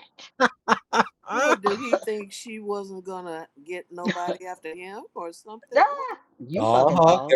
And remember based off of like where we read it last time, he thought that door was gonna always be open. So he thought Oh he could well, just play in her face and then what you the say, no, no. audacity. The audacity. Nicole said, I want to try and repair our marriage. We talked about this. She did not want to. And he No, said he gave her his ass to kiss. And she didn't want so the now divorce, she, right? and so now this, because I don't know why you didn't think Nicole Kidman wasn't gonna get somebody. I don't know why you thought Nicole been Kidman. Hold on. I don't know why you didn't think she was gonna get somebody. Mm-mm. Wake that up. Nicole Ben Kidman, honey. Right. And look, based on what we Oh, read on this God. show, honey, we've learned that she is a real ass bitch, and I love this for her. You know what? The And I respect audacity it. of men, I swear to God. I swear to God, the audacity is through the roof. Yeah, like Yep, And they then it's getting you so say free. like sad. Like he a victim. they're just giving away, honey, at the local farmers market or something. Just giving away our taxes, honey. That's what it Packages be of acting like. audacity, right? For free. Pallets of audacity. What the hell? Look, Content a desk packages. of audacity, a hammock of audacity. Oh my God, audacity. Well, we don't feel sorry for you, bro. Okay. at, at all. And this starts Keith Urban is reportedly terrified that Nicole Kidman has found romance with a new handsome and wealthy businessman less than a year after their split, Radar Online can reveal. The country crooner, who's 58, has found himself in an officially closed chapter of Kidman's life now that she is reportedly dating Michael Reinstein, as photos of the jet setting couple have emerged with the 59-year-old actress looking smitten. With Kidman officially moving on, Urban's VIP pass to Hollywood's biggest red carpets appears to have expired, as the Oscar winner was widely viewed as the true A-list draw in the former power couple, who married in June of 2006. He knows this gravy train is coming to an end. He rode the Nicole Kidman train for a long time. He wouldn't have been invited to the Oscars, the Golden Globes, or the big party she gets invited to. Longtime Tinseltown insider Rob Shooter dished during an appearance on Maureen Callahan's The Nerve podcast. Even after the divorce, as long as she was still single, they were connected. He still had the Nicole story to tell, Shooter explained about the power Urban still held following Kidman filing for divorce in September 2025. It was finalized in January. If she moves on, it's the end of that chapter. It's the end of that chapter. I think he's terrified it's over, Shooter explained about the fighter singer. The author of It Started with a Whisper then shared that the former couple's two children, 18-year-old Sunday Rose and 15-year-old Faith Margaret, haven't met Reinstein yet, but cryptically hinted that the girls are still deeply estranged from their father over what really happened that led to his split from Kidman. Wait until the kids get to know this guy and meet him, Shooter said. They haven't met him yet. I don't think they'll ever speak to their dad again. The kids know what happened. Nicole knows what happened. It will come out. It always does. It'll take a minute, but it will come out. He added about how Urban reportedly moved out of the family's house in June 2025 amid a midlife crisis, months before the news of the split became public. Kidman has primary custody of Faith, while Sunday is no longer part of the agreement because she became an adult in June. After the divorce, Ravishing Kidman remained a single woman until photos emerged of the baby girl star cuddling up to Beverly Hills private equity investor Reinstein in Portofino, Italy in mid July. The two were spotted enjoying Aperol spritzes at the iconic Belmont Splendido Hotel, leaning in close for flirty conversations from their side by side loungers. Reinstein was also photographed emerging from Kidman's room, with the actress briefly stepping out alongside him in a slinky white dress. It says slinky white silk camouflage and a matching skirt. The businessman, who has a net worth of more than $250 million, then picked up Kidman after her private jet landed in California on July 31st, pulling up in his $340,000 Ferrari 296 GTB sports car. So I bet he is devastated, but not because he loves her or he's a decent man, Shooter noted about Urban. He's devastated because he just lost the golden goose. She's gone and she ain't coming back. So that explains that. So based off of what Mr. Shooter said on that podcast, and I looked him up. He seems to be reputable. I don't know much about him other than what I looked up on Google. But yeah, he said he hasn't been invited to the Golden Globes, no Oscars, no none of that, honey. Well, he's just a Oh, musician. He don't have to get invited to those things. You ain't of the industry of that industry. he see who he really is now. That he was married to the fame, not he is the fame. Okay, okay. I All couldn't right. wait to tell y'all about this damn story, honey. Well, he brought it on himself, so okay. Oh, you went through a midlife crisis. You wanted to move out the home. Oh, okay. Now you have it. Oh, oof. Look, Nicole been kidding me. I'm gonna say that again. And the way she said, "Oh, you thought I was gonna be down? And You let me go, thought that and I was gonna be down?" remember we talked about too before even Michael Reinstein came into the picture. There was actually some businessman who had a crush on her that we talked, but I guess that never came to be. Yeah, But yeah, yeah, Nicole being kidding. yeah. You thought that you was gonna be the last pony that came through the show. That's what he thought, girl. Oh, I love this for him. Same. He Love thought he this was for him. famous for real. He thought, oh, okay, I'm just as famous as her. So when we get separated, things not gonna really change. I'll still get invited to everything. Um, yeah. Nicole, girl, you better work. Well, y'all, this next story I have, honey, that stupid ass Miss North Carolina, honey, making us look bad. Look, and gag is, they be saying in the chat every day that we already slow over here, and this B word is making us look even slower. Miss North Carolina, USA. Is she So black? I think I was guessing South Asian, maybe like Indian, some. Yeah, I wasn't Well, I sure. was she's something Well, I know Yeah, she's not white, but I couldn't tell. white presenting. Mm, she's stupid, whatever the hell she is. And, they kill me Hmm. with it because this is the same shit that Nicki Minaj tried to do at the UN, honey, talking about some Christians are just being persecuted for their religious bel girl. What she child, please. say? I know she ain't bring religion in this. Oh, You she don't sure say. did, honey. And You you don't see say where I that. just shared here by way of TMZ, former Miss North Carolina USA says, "I was targeted for my conservative Christian views." No, bitch, you were targeted for using nigga multiple times and then trying to say it's a double standard. I don't know why we don't get to use it. That's why I was Bitch, wondering. fuck Is you. she black? Because I couldn't tell. Not black enough to be because if we have to ask, that means she shouldn't be using that word. Right. Well, this starts. The former Miss North Carolina USA 2026 has spoken out after she was stripped of her title after she allegedly said the N word online, and she firmly believes she was targeted for her conservative Christian views. Brittany Bolton House sat down with Carolina Journal editor in chief Donna King in an interview published Friday, and she put it simply, stating, "I believe and think I was stripped from my title because of my political stance and my belief system as a conservative Christian woman." The pageant queen noted she is Mormon and added, "I'm proud of my standards. I'm a proud conservative woman, but I'm a Christian woman. I'm a God fearing woman." She did not address the resurfaced post, which allegedly included racist remarks she thought to have shared between 2017 and 2019. Brittany said she could not get into the details of her circumstances due to a confidentiality clause, but said she is at peace with what happened, describing it as a blessing in disguise.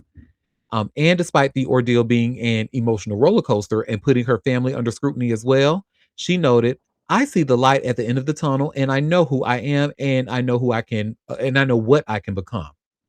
Brittany also reacted to whether or not she thinks being a Donald Trump supporter is disqualifying in the pageant world, saying, "All I can say from the information that I have today is what I believe and think is I honestly don't know."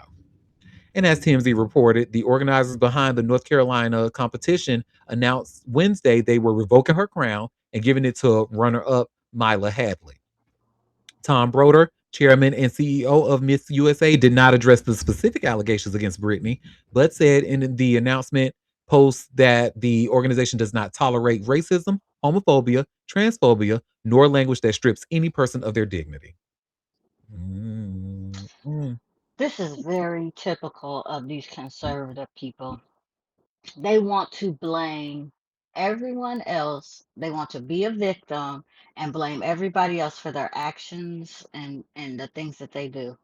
This had you. They told you that your language. We found your stuff. Didn't nobody talk about religion? We didn't even know you was Mormon. Didn't nobody know that you was a Christian, God fearing woman?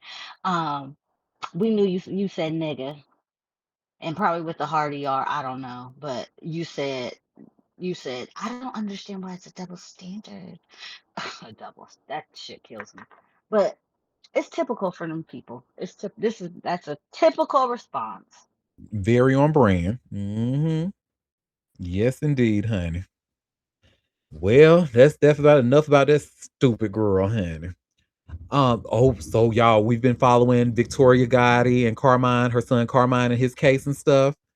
Well, and remember that like they tried to buy more time. The last time we talked about them, they tried to buy more time, for his sentencing, and because they wanted to do a kidney transplant.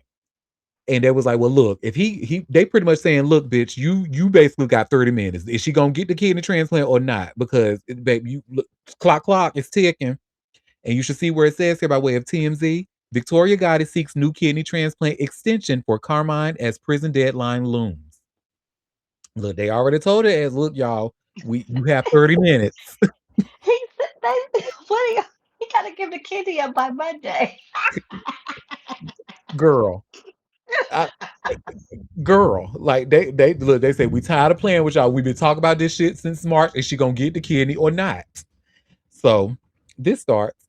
Victoria Gotti is currently on the mend from a serious infection that canceled her kidney transplant from her son, Carmine Agnello, as they wait to see if they'll secure a rescheduled surgery date before he heads to the slammer. Sources with direct knowledge tell TMZ the famous mother and son duo, the bloodline of mafia boss John Gotti, is waiting to hear back from a surgeon today to see when Victoria can be fit in for surgery. It does not look like it's going to happen by Monday, which is Carmine's surrender date, but they don't have a final answer yet. A judge said this week if Victoria has a surgery before or on Monday, Carmine's surrender date will be pushed until September 18th. As TMZ reported, Carmine is due to serve 15 months in prison after pleading guilty in September 2024 to wire fraud involving about $1.1 million in COVID 19 relief loans. TMZ is told the author and businesswoman is hoping to get a reasonable reschedule date from doctors so she and Carmine's legal team can take that to court to ask for an extension for Carmine to go under the knife before reporting to the Federal Bureau of Prisons. The family feels the judge has been understanding through this entire process, as they are thankful for that, we hear. But they know Carmine's imprisonment is inevitable, and if the judge decides Carmine needs to surrender himself Monday, then he will.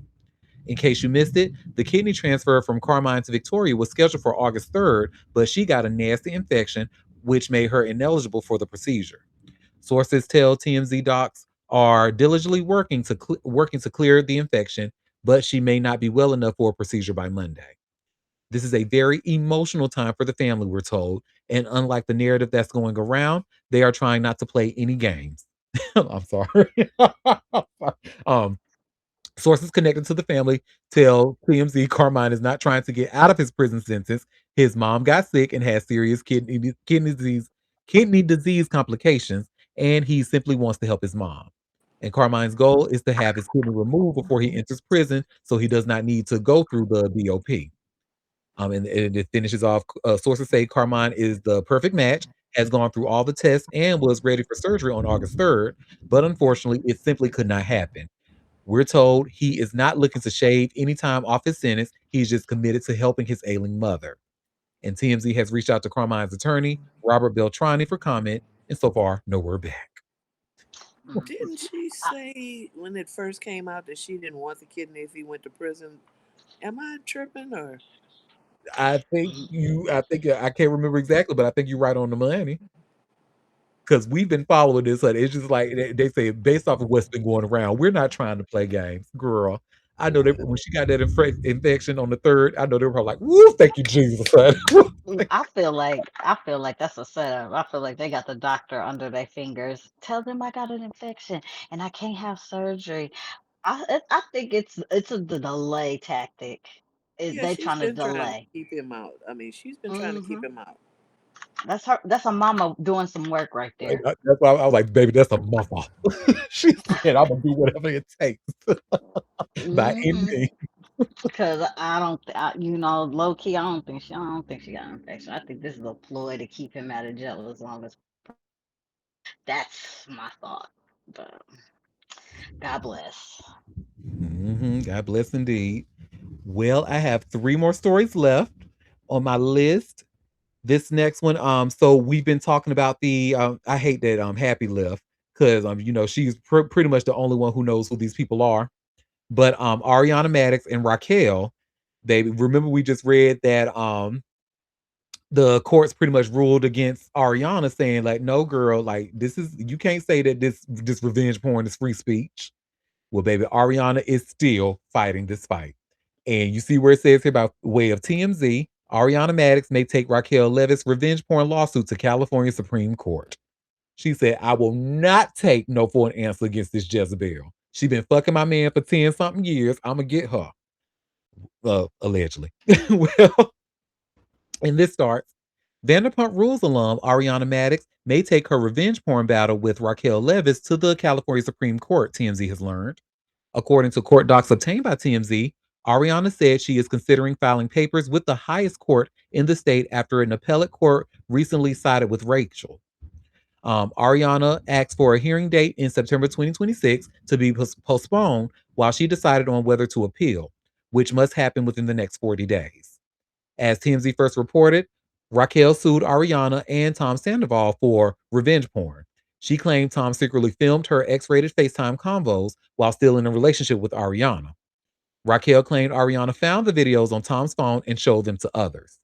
The court denied Ariana's request to dismiss the claims. Then she lost again on appeal and is now considering taking the matter to the California Supreme Court. And then TMZ says, third time's a charm. Mm-mm. I don't know, girl. I think you might just want to let this go because it's not a good look. And I know you hurt and you scorn. Truly, I do. But, girl, especially with that, I think they are truly trying to make, especially with what happened with the other Bravo girls, like the housewife, they are truly trying to make examples out of girls who share intimate things that they're not trying, and they really trying to crack down on revenge porn in the courts. I Yeah, truly, you trying to take this to the California Supreme Court, girl? it ain't gonna work. It ain't gonna Mm, work. yep. I mean, I like you say, I know you're hurt, and maybe if it was something else, but showing intimacy as yeah, no, you can't make that work. Yep. You tried, girl. You tried twice. And now she's considering going. So I just cannot take, look, just like a white woman, honey, cannot take no for an Hey, Moderna. Well, y'all, this next story, I wasn't even sure if I wanted to talk about this shit but it's a hot topic, so let's go ahead and get into it. So we had two stupid motherfuckers done come out who I think one is in the NBA and this one that we're going to talk about today is ex NBA. But you all should see where it says here by way of TMZ, ex NBA player Royce White plans to pursue WNBA and claims to be transgender. I hate niggas sometimes. I really do. Would I tell you, girl? Because it's like now they want to sit here and act like they so concerned with women's sports and I, girl. Well, ex NBA player Royce White has announced he's transgender and plans to declare for the NBA 2027 draft, making him the second former pro to do so within a day. They have the video here, which we're not going to watch, but the former pro baller explained it loud and clear during a Friday interview with Fox News, saying, I'm transgender. I identify as sometimes identifying as a woman for purposes of professional basketball. So I will be declaring for the WNBA draft in 2027 as well. Royce played 3 official NBA games during the 2013 and 2014 season with the Sacramento Kings and is currently a Republican candidate for U.S. Senate. He added in his announcement, I don't want to be discriminated against. I want fair treatment as someone identifying as a transgender woman athlete.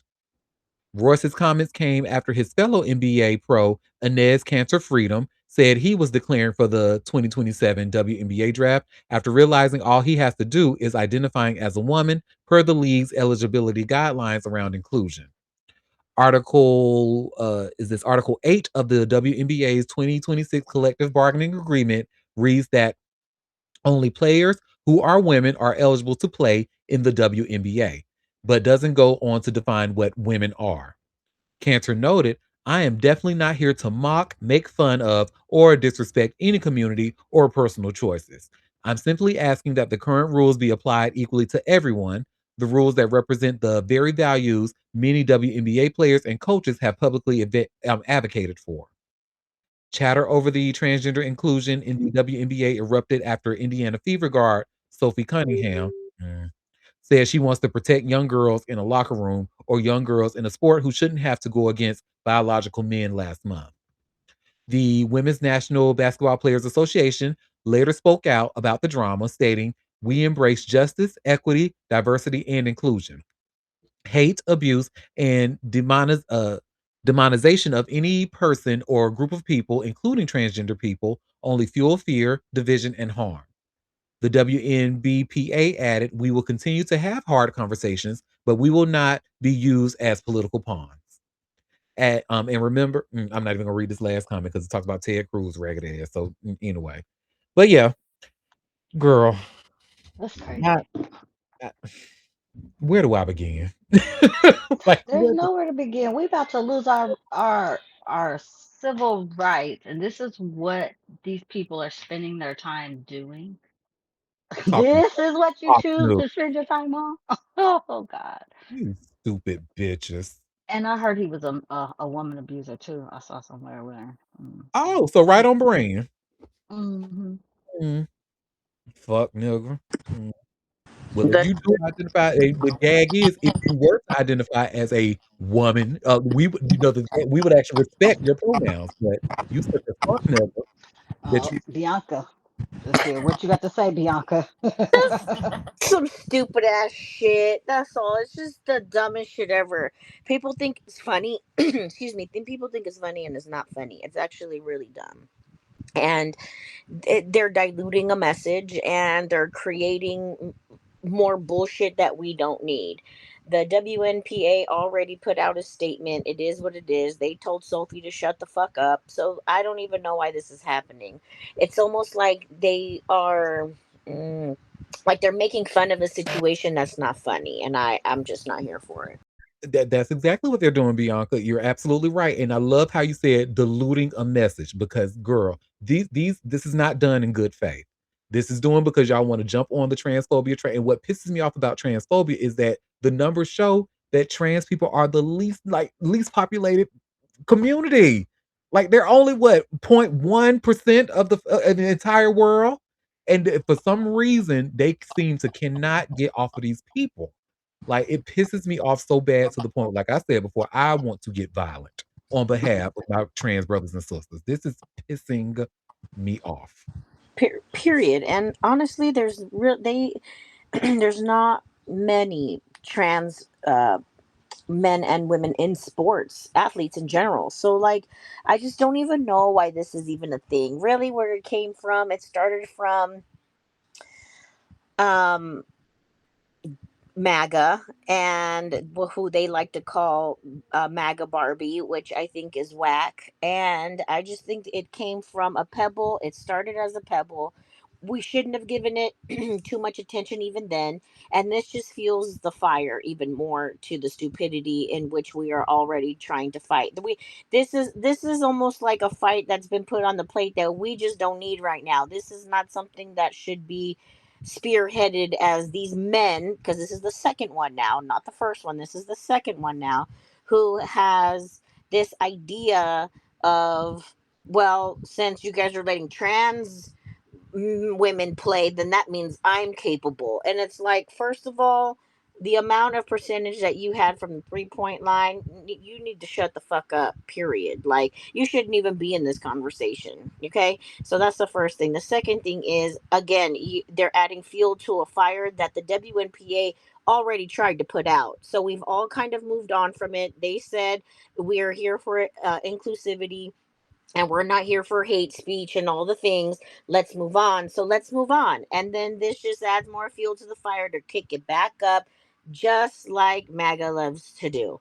They always make something, nothing into something, and it's just, it's almost taking away from the women in sports. There were many games today, and nobody talked about that very much, but everybody had this to say. So it's just like, all right. And then, of course, it's a fucking man. So there's that. And can you confirm? Do you know about him being abusive to women? I wouldn't doubt it when they get out of the league because they're poor, broken, dumb, and their points didn't get them endorsement deals after the fact. Imagine that they would take out their anger on their partner. Yeah, girl. I just Googled Moon. There's a story here by from NPR News. The headline says U.S. Senate candidate Royce White is under order to avoid ex-wife and their son over threats. So he beating the whole family allegedly. Mm, on brand. Well, that's So that on he that. just out here trying to get relevant again, get his name in the news because he was nobody before he did this. What? Exactly, chill. Precisely. And I hate it because the problem is that like there's the transphobia is so rampant that it's working. Like people hate trans people so much that they giving this washed up nobody fucking attention. And just like Slayonka said, it's taken away from. I ain't even know, girl, I don't know sports ball, so maybe that had something to do with it. But I didn't even know there was a game today. So yeah. Well, y'all, I said I was supposed to have one more story left, but I did see another one that broke. I got a TMZ alert about the a story I wanted to go over. So we got two more stories left. So, but this next one, and I'm so glad my friend Moderna is here because we always love talking about short humans. He will absolutely not. Anybody that is shorter than a certain height, he don't even look at him. The only thing you can do is point him to your taller counterpart. But honey, this article that I have here from People, it actually shows 8 celebrities who are under 5 feet tall. So this means people who are not even 5 feet tall. And I was actually surprised at some of the people that were on this list. So I let's am already disgusted. This is ridiculous. yes, honey. Now some of these people I'm sure you won't be surprised about, but I was actually surprised at some of the folks on this list. So let's get into it, honey. So they start from like number one, they have Simone Biles, who is 4'8". So Oh, not a surprising. queen, a We knew queen. she We was love short. her. We do love her. Next, we have Danny DeVito, who's 4'10". That short man been look the right size for real, honey. You see, they ain't look still together after being separated. Anyway, Kristen Chenoweth, who's 4'11". Now, this I did not know. I thought she was Fuck a little that bit MAGA taller. girl. Ooh! Jada Fuck Pinkett off. Smith, 4'11". I didn't know she was that short. Me either. I had no idea. So I was But she definitely was surprised smart with this. though, because she got with a man that was over 6 feet, honey. Damn right. Taking all the good men's, honey. I'm tired of you short people. Let me stop. Next on the list, I don't know her, but Melissa Roch. I think she's on the Big Bang Theory, and she's four Oh foot yeah. 11. Yeah, yeah, she's tiny. Yep. Who else? Snooki, Nicole Polizzi. We knew about her. Well, like she's famously short at 4'9". Who else? Adrian Ballon Houghton, 4'11". I was surprised at this. I did not know she was that short. Mm. So, wash your hands, girl. Ugh, ugh. Um, and lastly, Jackie Weaver, who's 4'11". I didn't know about this one either. She just seemed her. She has such a tall personality. I always thought I would have never guessed Jackie Weaver was 4'11". But yeah, that's who people have the 8 celebrities that they know that are under 5 feet. So yeah, I The guess only shout one out I to was them. surprised about was Jada. So you weren't really surprised about Adrian?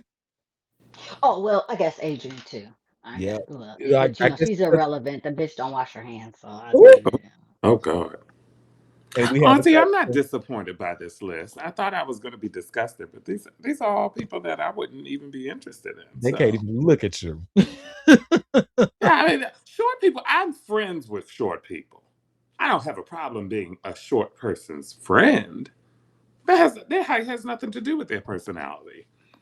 But if you're dating me, well, now your height is disrespectful. How dare you? And you do not get to disrespect you. Absolutely the fuck not. Well, that is they say, I don't want to pick you up and put you on the bed. Okay. When you Imagine us sitting on the couch and your feet are dangling. What is going on? How dare you Madonna disrespect can't my take. furniture? Hmm? You know what? to be fair, because when I know Maduro ain't trying to hear none of this, but to be fair, when I dated somebody who was 5'7", I was actually the one being picked up, believe it or not, in my 5'11" self. So who knows, honey? You know, he left Well, left. hold on. I have always said that they are short, stocky men. I call them little pocket rockets. You put them right in your pocket and they rocket off. I don't want nothing to do with a pocket rocket, but they exist. And we have a comment, gotta give you a step ladder to fuck? No. Y'all Well, I would just say this oh, much, y'all are Auntie silly. Derek does not discriminate. So, and that's all I will say. Yes, you do. You discriminate against young people. Yes, you O do. okay. Well, Auntie Derek do not discriminate, except for young people. You got to qualify for AARP if you wanna get with me. Oh my God, child. Okay, well Yeah, listen, bitch. listen. You know how you go to the amusement park and they have a certain height limit. You got to be taller than this to ride this ride. Well, that's what the fuck it is, baby. Oh, That's and what this the fuck comment it in is. the chat got me fucked up. Talking about some girl, that whole tells the story. How the only story it's telling is a nice, beautiful fairy tale, bitch. How dare you? Oh, you got me fucked up. And Moderna and Moderna is the tall one, and I'm just like Moderna said, mm-mm, And mm-mm. my one of my friends is so funny because he's just slightly shorter than me. He's probably like 6 feet. He lives in Atlanta. I love my bitch. But every time I be like, "Ooh, child, you be dealing with them short men." He be always like, "But they could stand up in it." I'm like, "Child, you got to lay down low for them to even stand in it. What the hell is you talking about?" Absolutely the fuck not. I just, oh God, irks my nerves. I know that's right. Well, the last story I have for us today. So it looks as if, and the reason I want to talk about this because this news actually just broke yesterday about Perez Hilton, being taken away. I didn't know he was Baker acted out there in Miami, honey. And you all should see, I've just shared here by way of TMZ. Perez Hilton remains hospitalized under Florida's Baker Act, needs surgery from injuries. Mm-mm. So let's get into it. Perez Hilton's family is sharing a major update on his well-being after his dangerous acts on a live stream earlier this week. His family told fans via his website that he is still in a Florida hospital under the Baker Act, which allows for the temporary and involuntary detention of someone who is experiencing a severe mental health crisis. They added, his communication has been extremely limited and confined to immediate family, medical providers, and others directly involved in his care. His family shared on Thursday they were able to make contact with him, which gave them hope. The family described Perez's condition as serious but stable, adding he experienced significant blood loss and sustained additional injuries that will require surgery in the coming days. They continued, his treatment and recovery will be a long process. We are grateful that Perez was able to spend time with his mother and sister yesterday. They signed off on the official update by imploring that people respect the family's privacy, including his three minor kids who said they are safe. As TMZ reported, Perez scared fans when he began live streaming on TikTok and appeared to harm himself repeatedly. He was swiftly transported to a hospital to be treated for his injuries. His kids, niece, and sister were present as his crisis began, but family whisked them away from his home once they realized he was in the midst of a severe crisis. And then TMZ ends with if you or someone you know is struggling or in crisis, help is available. Call or text 988. or chat988lifeline.org. Hmm. I have a question. Do we know what he was doing? Was he like cutting himself or something? That's what I understand because I didn't see the live stream, but I understand that it was actually my baby sister that told me he was cutting himself. So yep, I think so. Okay.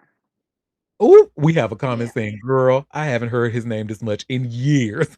And if the title of the next Okay. article that contains his name doesn't include "Dead at 48," I'm not interested. Oh my Ah! Wow. When I tell you Hammy is something fierce. god. Oh Mm-mm-mm. god. No, but look, when I tell you, baby, that history of Mm-hmm. problematic anti-blackness, misogyny, baby, Perez Ben Mm-hmm. Hilton, and for him to sit here and expect sympathy and say, "Oh, can you respect our?" Now we definitely gonna respect the kids' privacy because we know for sure they ain't got shit to do with you and your raggedy ass. They won't even hear when you was here, pretty much making the world a less better place. So this is Was why you he see in a relationship when he got these kids, or did he get them on his own?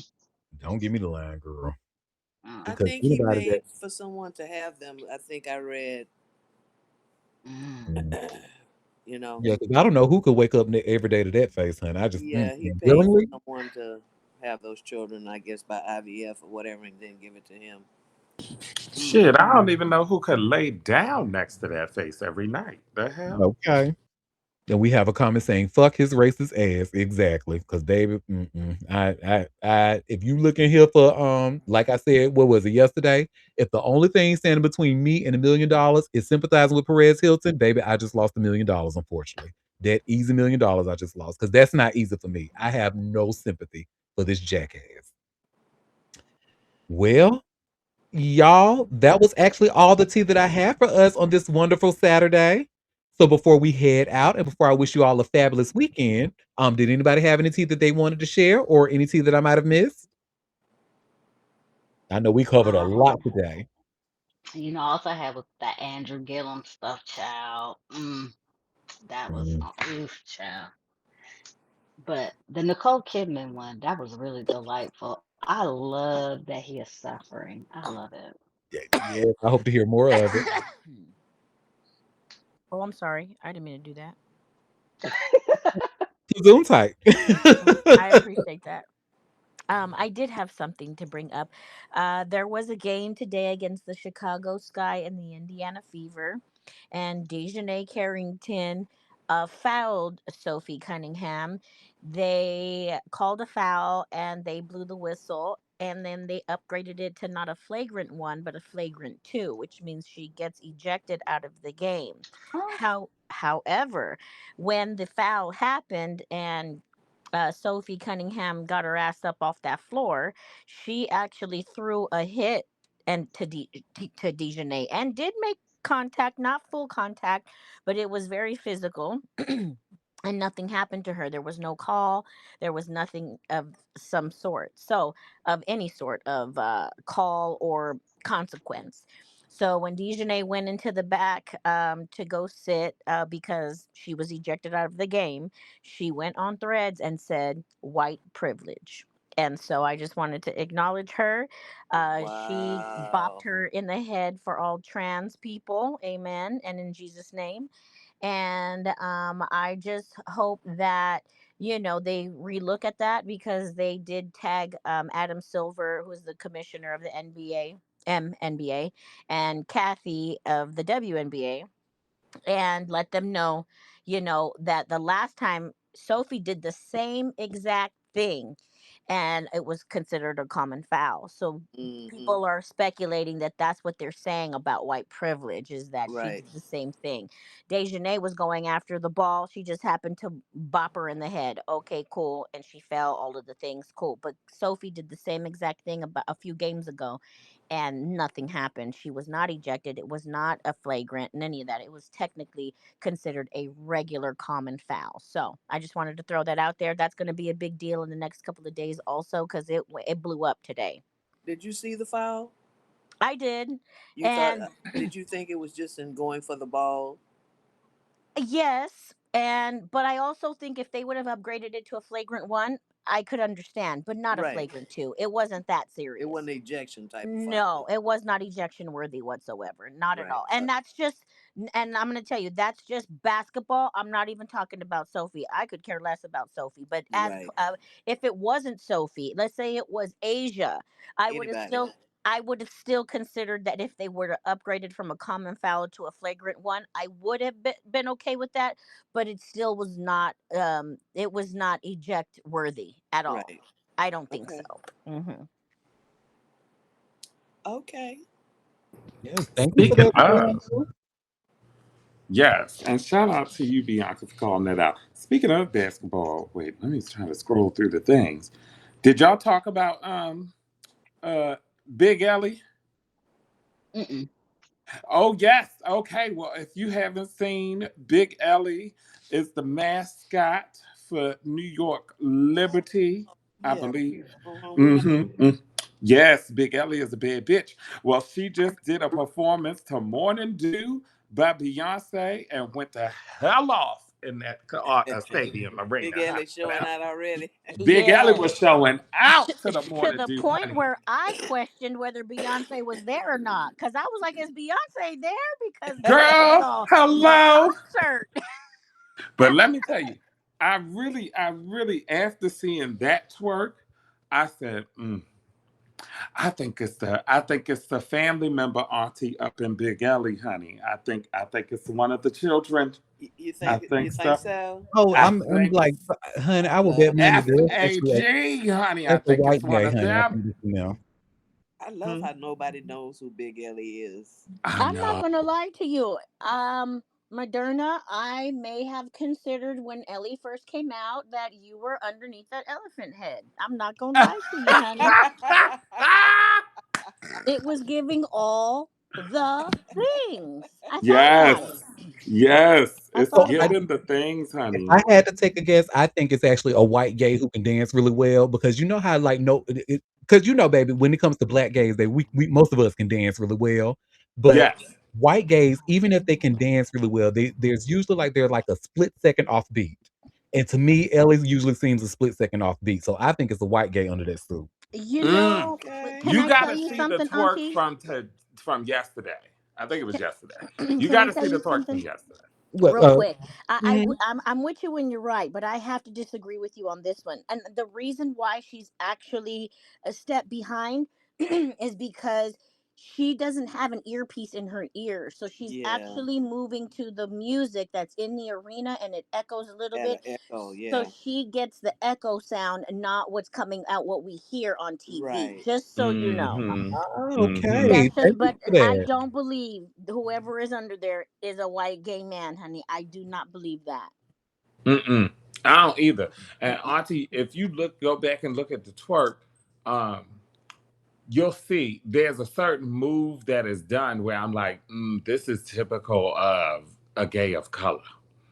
This is giving black gay, but it could be, a person of color, but the move is very typical of our community versus Yeah. the I would white agree. gays. I would agree. Agreed. Hmm.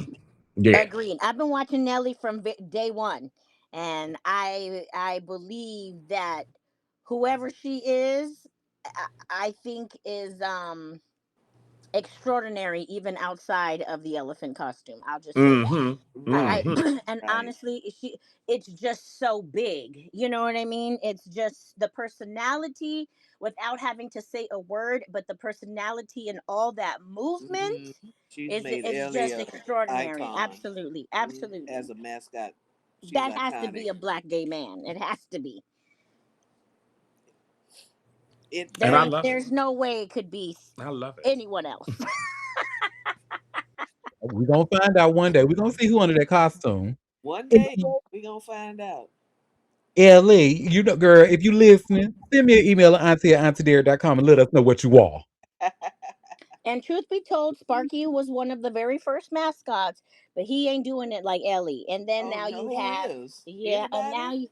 you have Violet from the Valkyries. She didn't came along. And then I know Chicago has a new mascot, but I don't know her name. Hmm. And I feel like, and I don't know how I feel about it yet, but I feel like she is trying really hard now. That I do believe is a gay white man. Hmm. It's just Kelly the is difference raising the of bar motion. for mascots. She's really raising the bar. Absolutely. Absolutely. And that's why Violet, I feel like, came out because they did a whole thing for her. They actually had her in an egg for a few days while they were doing the announcement of the new team. And then they had the egg cracked and they did this whole reveal about her coming out of this egg. And then boom, she popped out at the at the game. And it was a whole grandioso thing, which I appreciated. Yeah, yeah. However, they were talking about Ellie and Violet being homegirls, so I thought that was cute. And then they have a couple of other mascots that are in the W who are male, not female looking. And so during the All Star weekend, we didn't really touch on this, but during the All Star weekend, they took like a group photo. They interacted with each other, and then all of a sudden, a couple little storylines started popping up, which I think is funny and amazing. So I appreciated that as well. I think it's a good look. It's definitely fun. It's definitely fun to watch, and keeps people entertained. Well, speaking of keeping can't even talk, child. Speaking of keeping people entertained, I don't know why the hell that took me for probably because I need to go smoke something, but anyway, um, I want to thank y'all, because we normally don't meet at this time, so thank y'all for even stopping by, taking time out of your busy schedule to do so. Sending a special thank you to Katrina, who chatted with us at the first half of the show. Girl, thank you so much for stopping by. We had a wonderful conversation. And we will be back on Monday starting at 12:30 p.m. Eastern Standard Time for another live show if you can make it. Don't forget to subscribe to a bitch. Head over to auntiederek.com, hit that big green subscribe button at the top left, and join my free mailing list. And until Monday, I hope you all enjoy the rest of your weekend. Bye, Bye, everybody. everybody.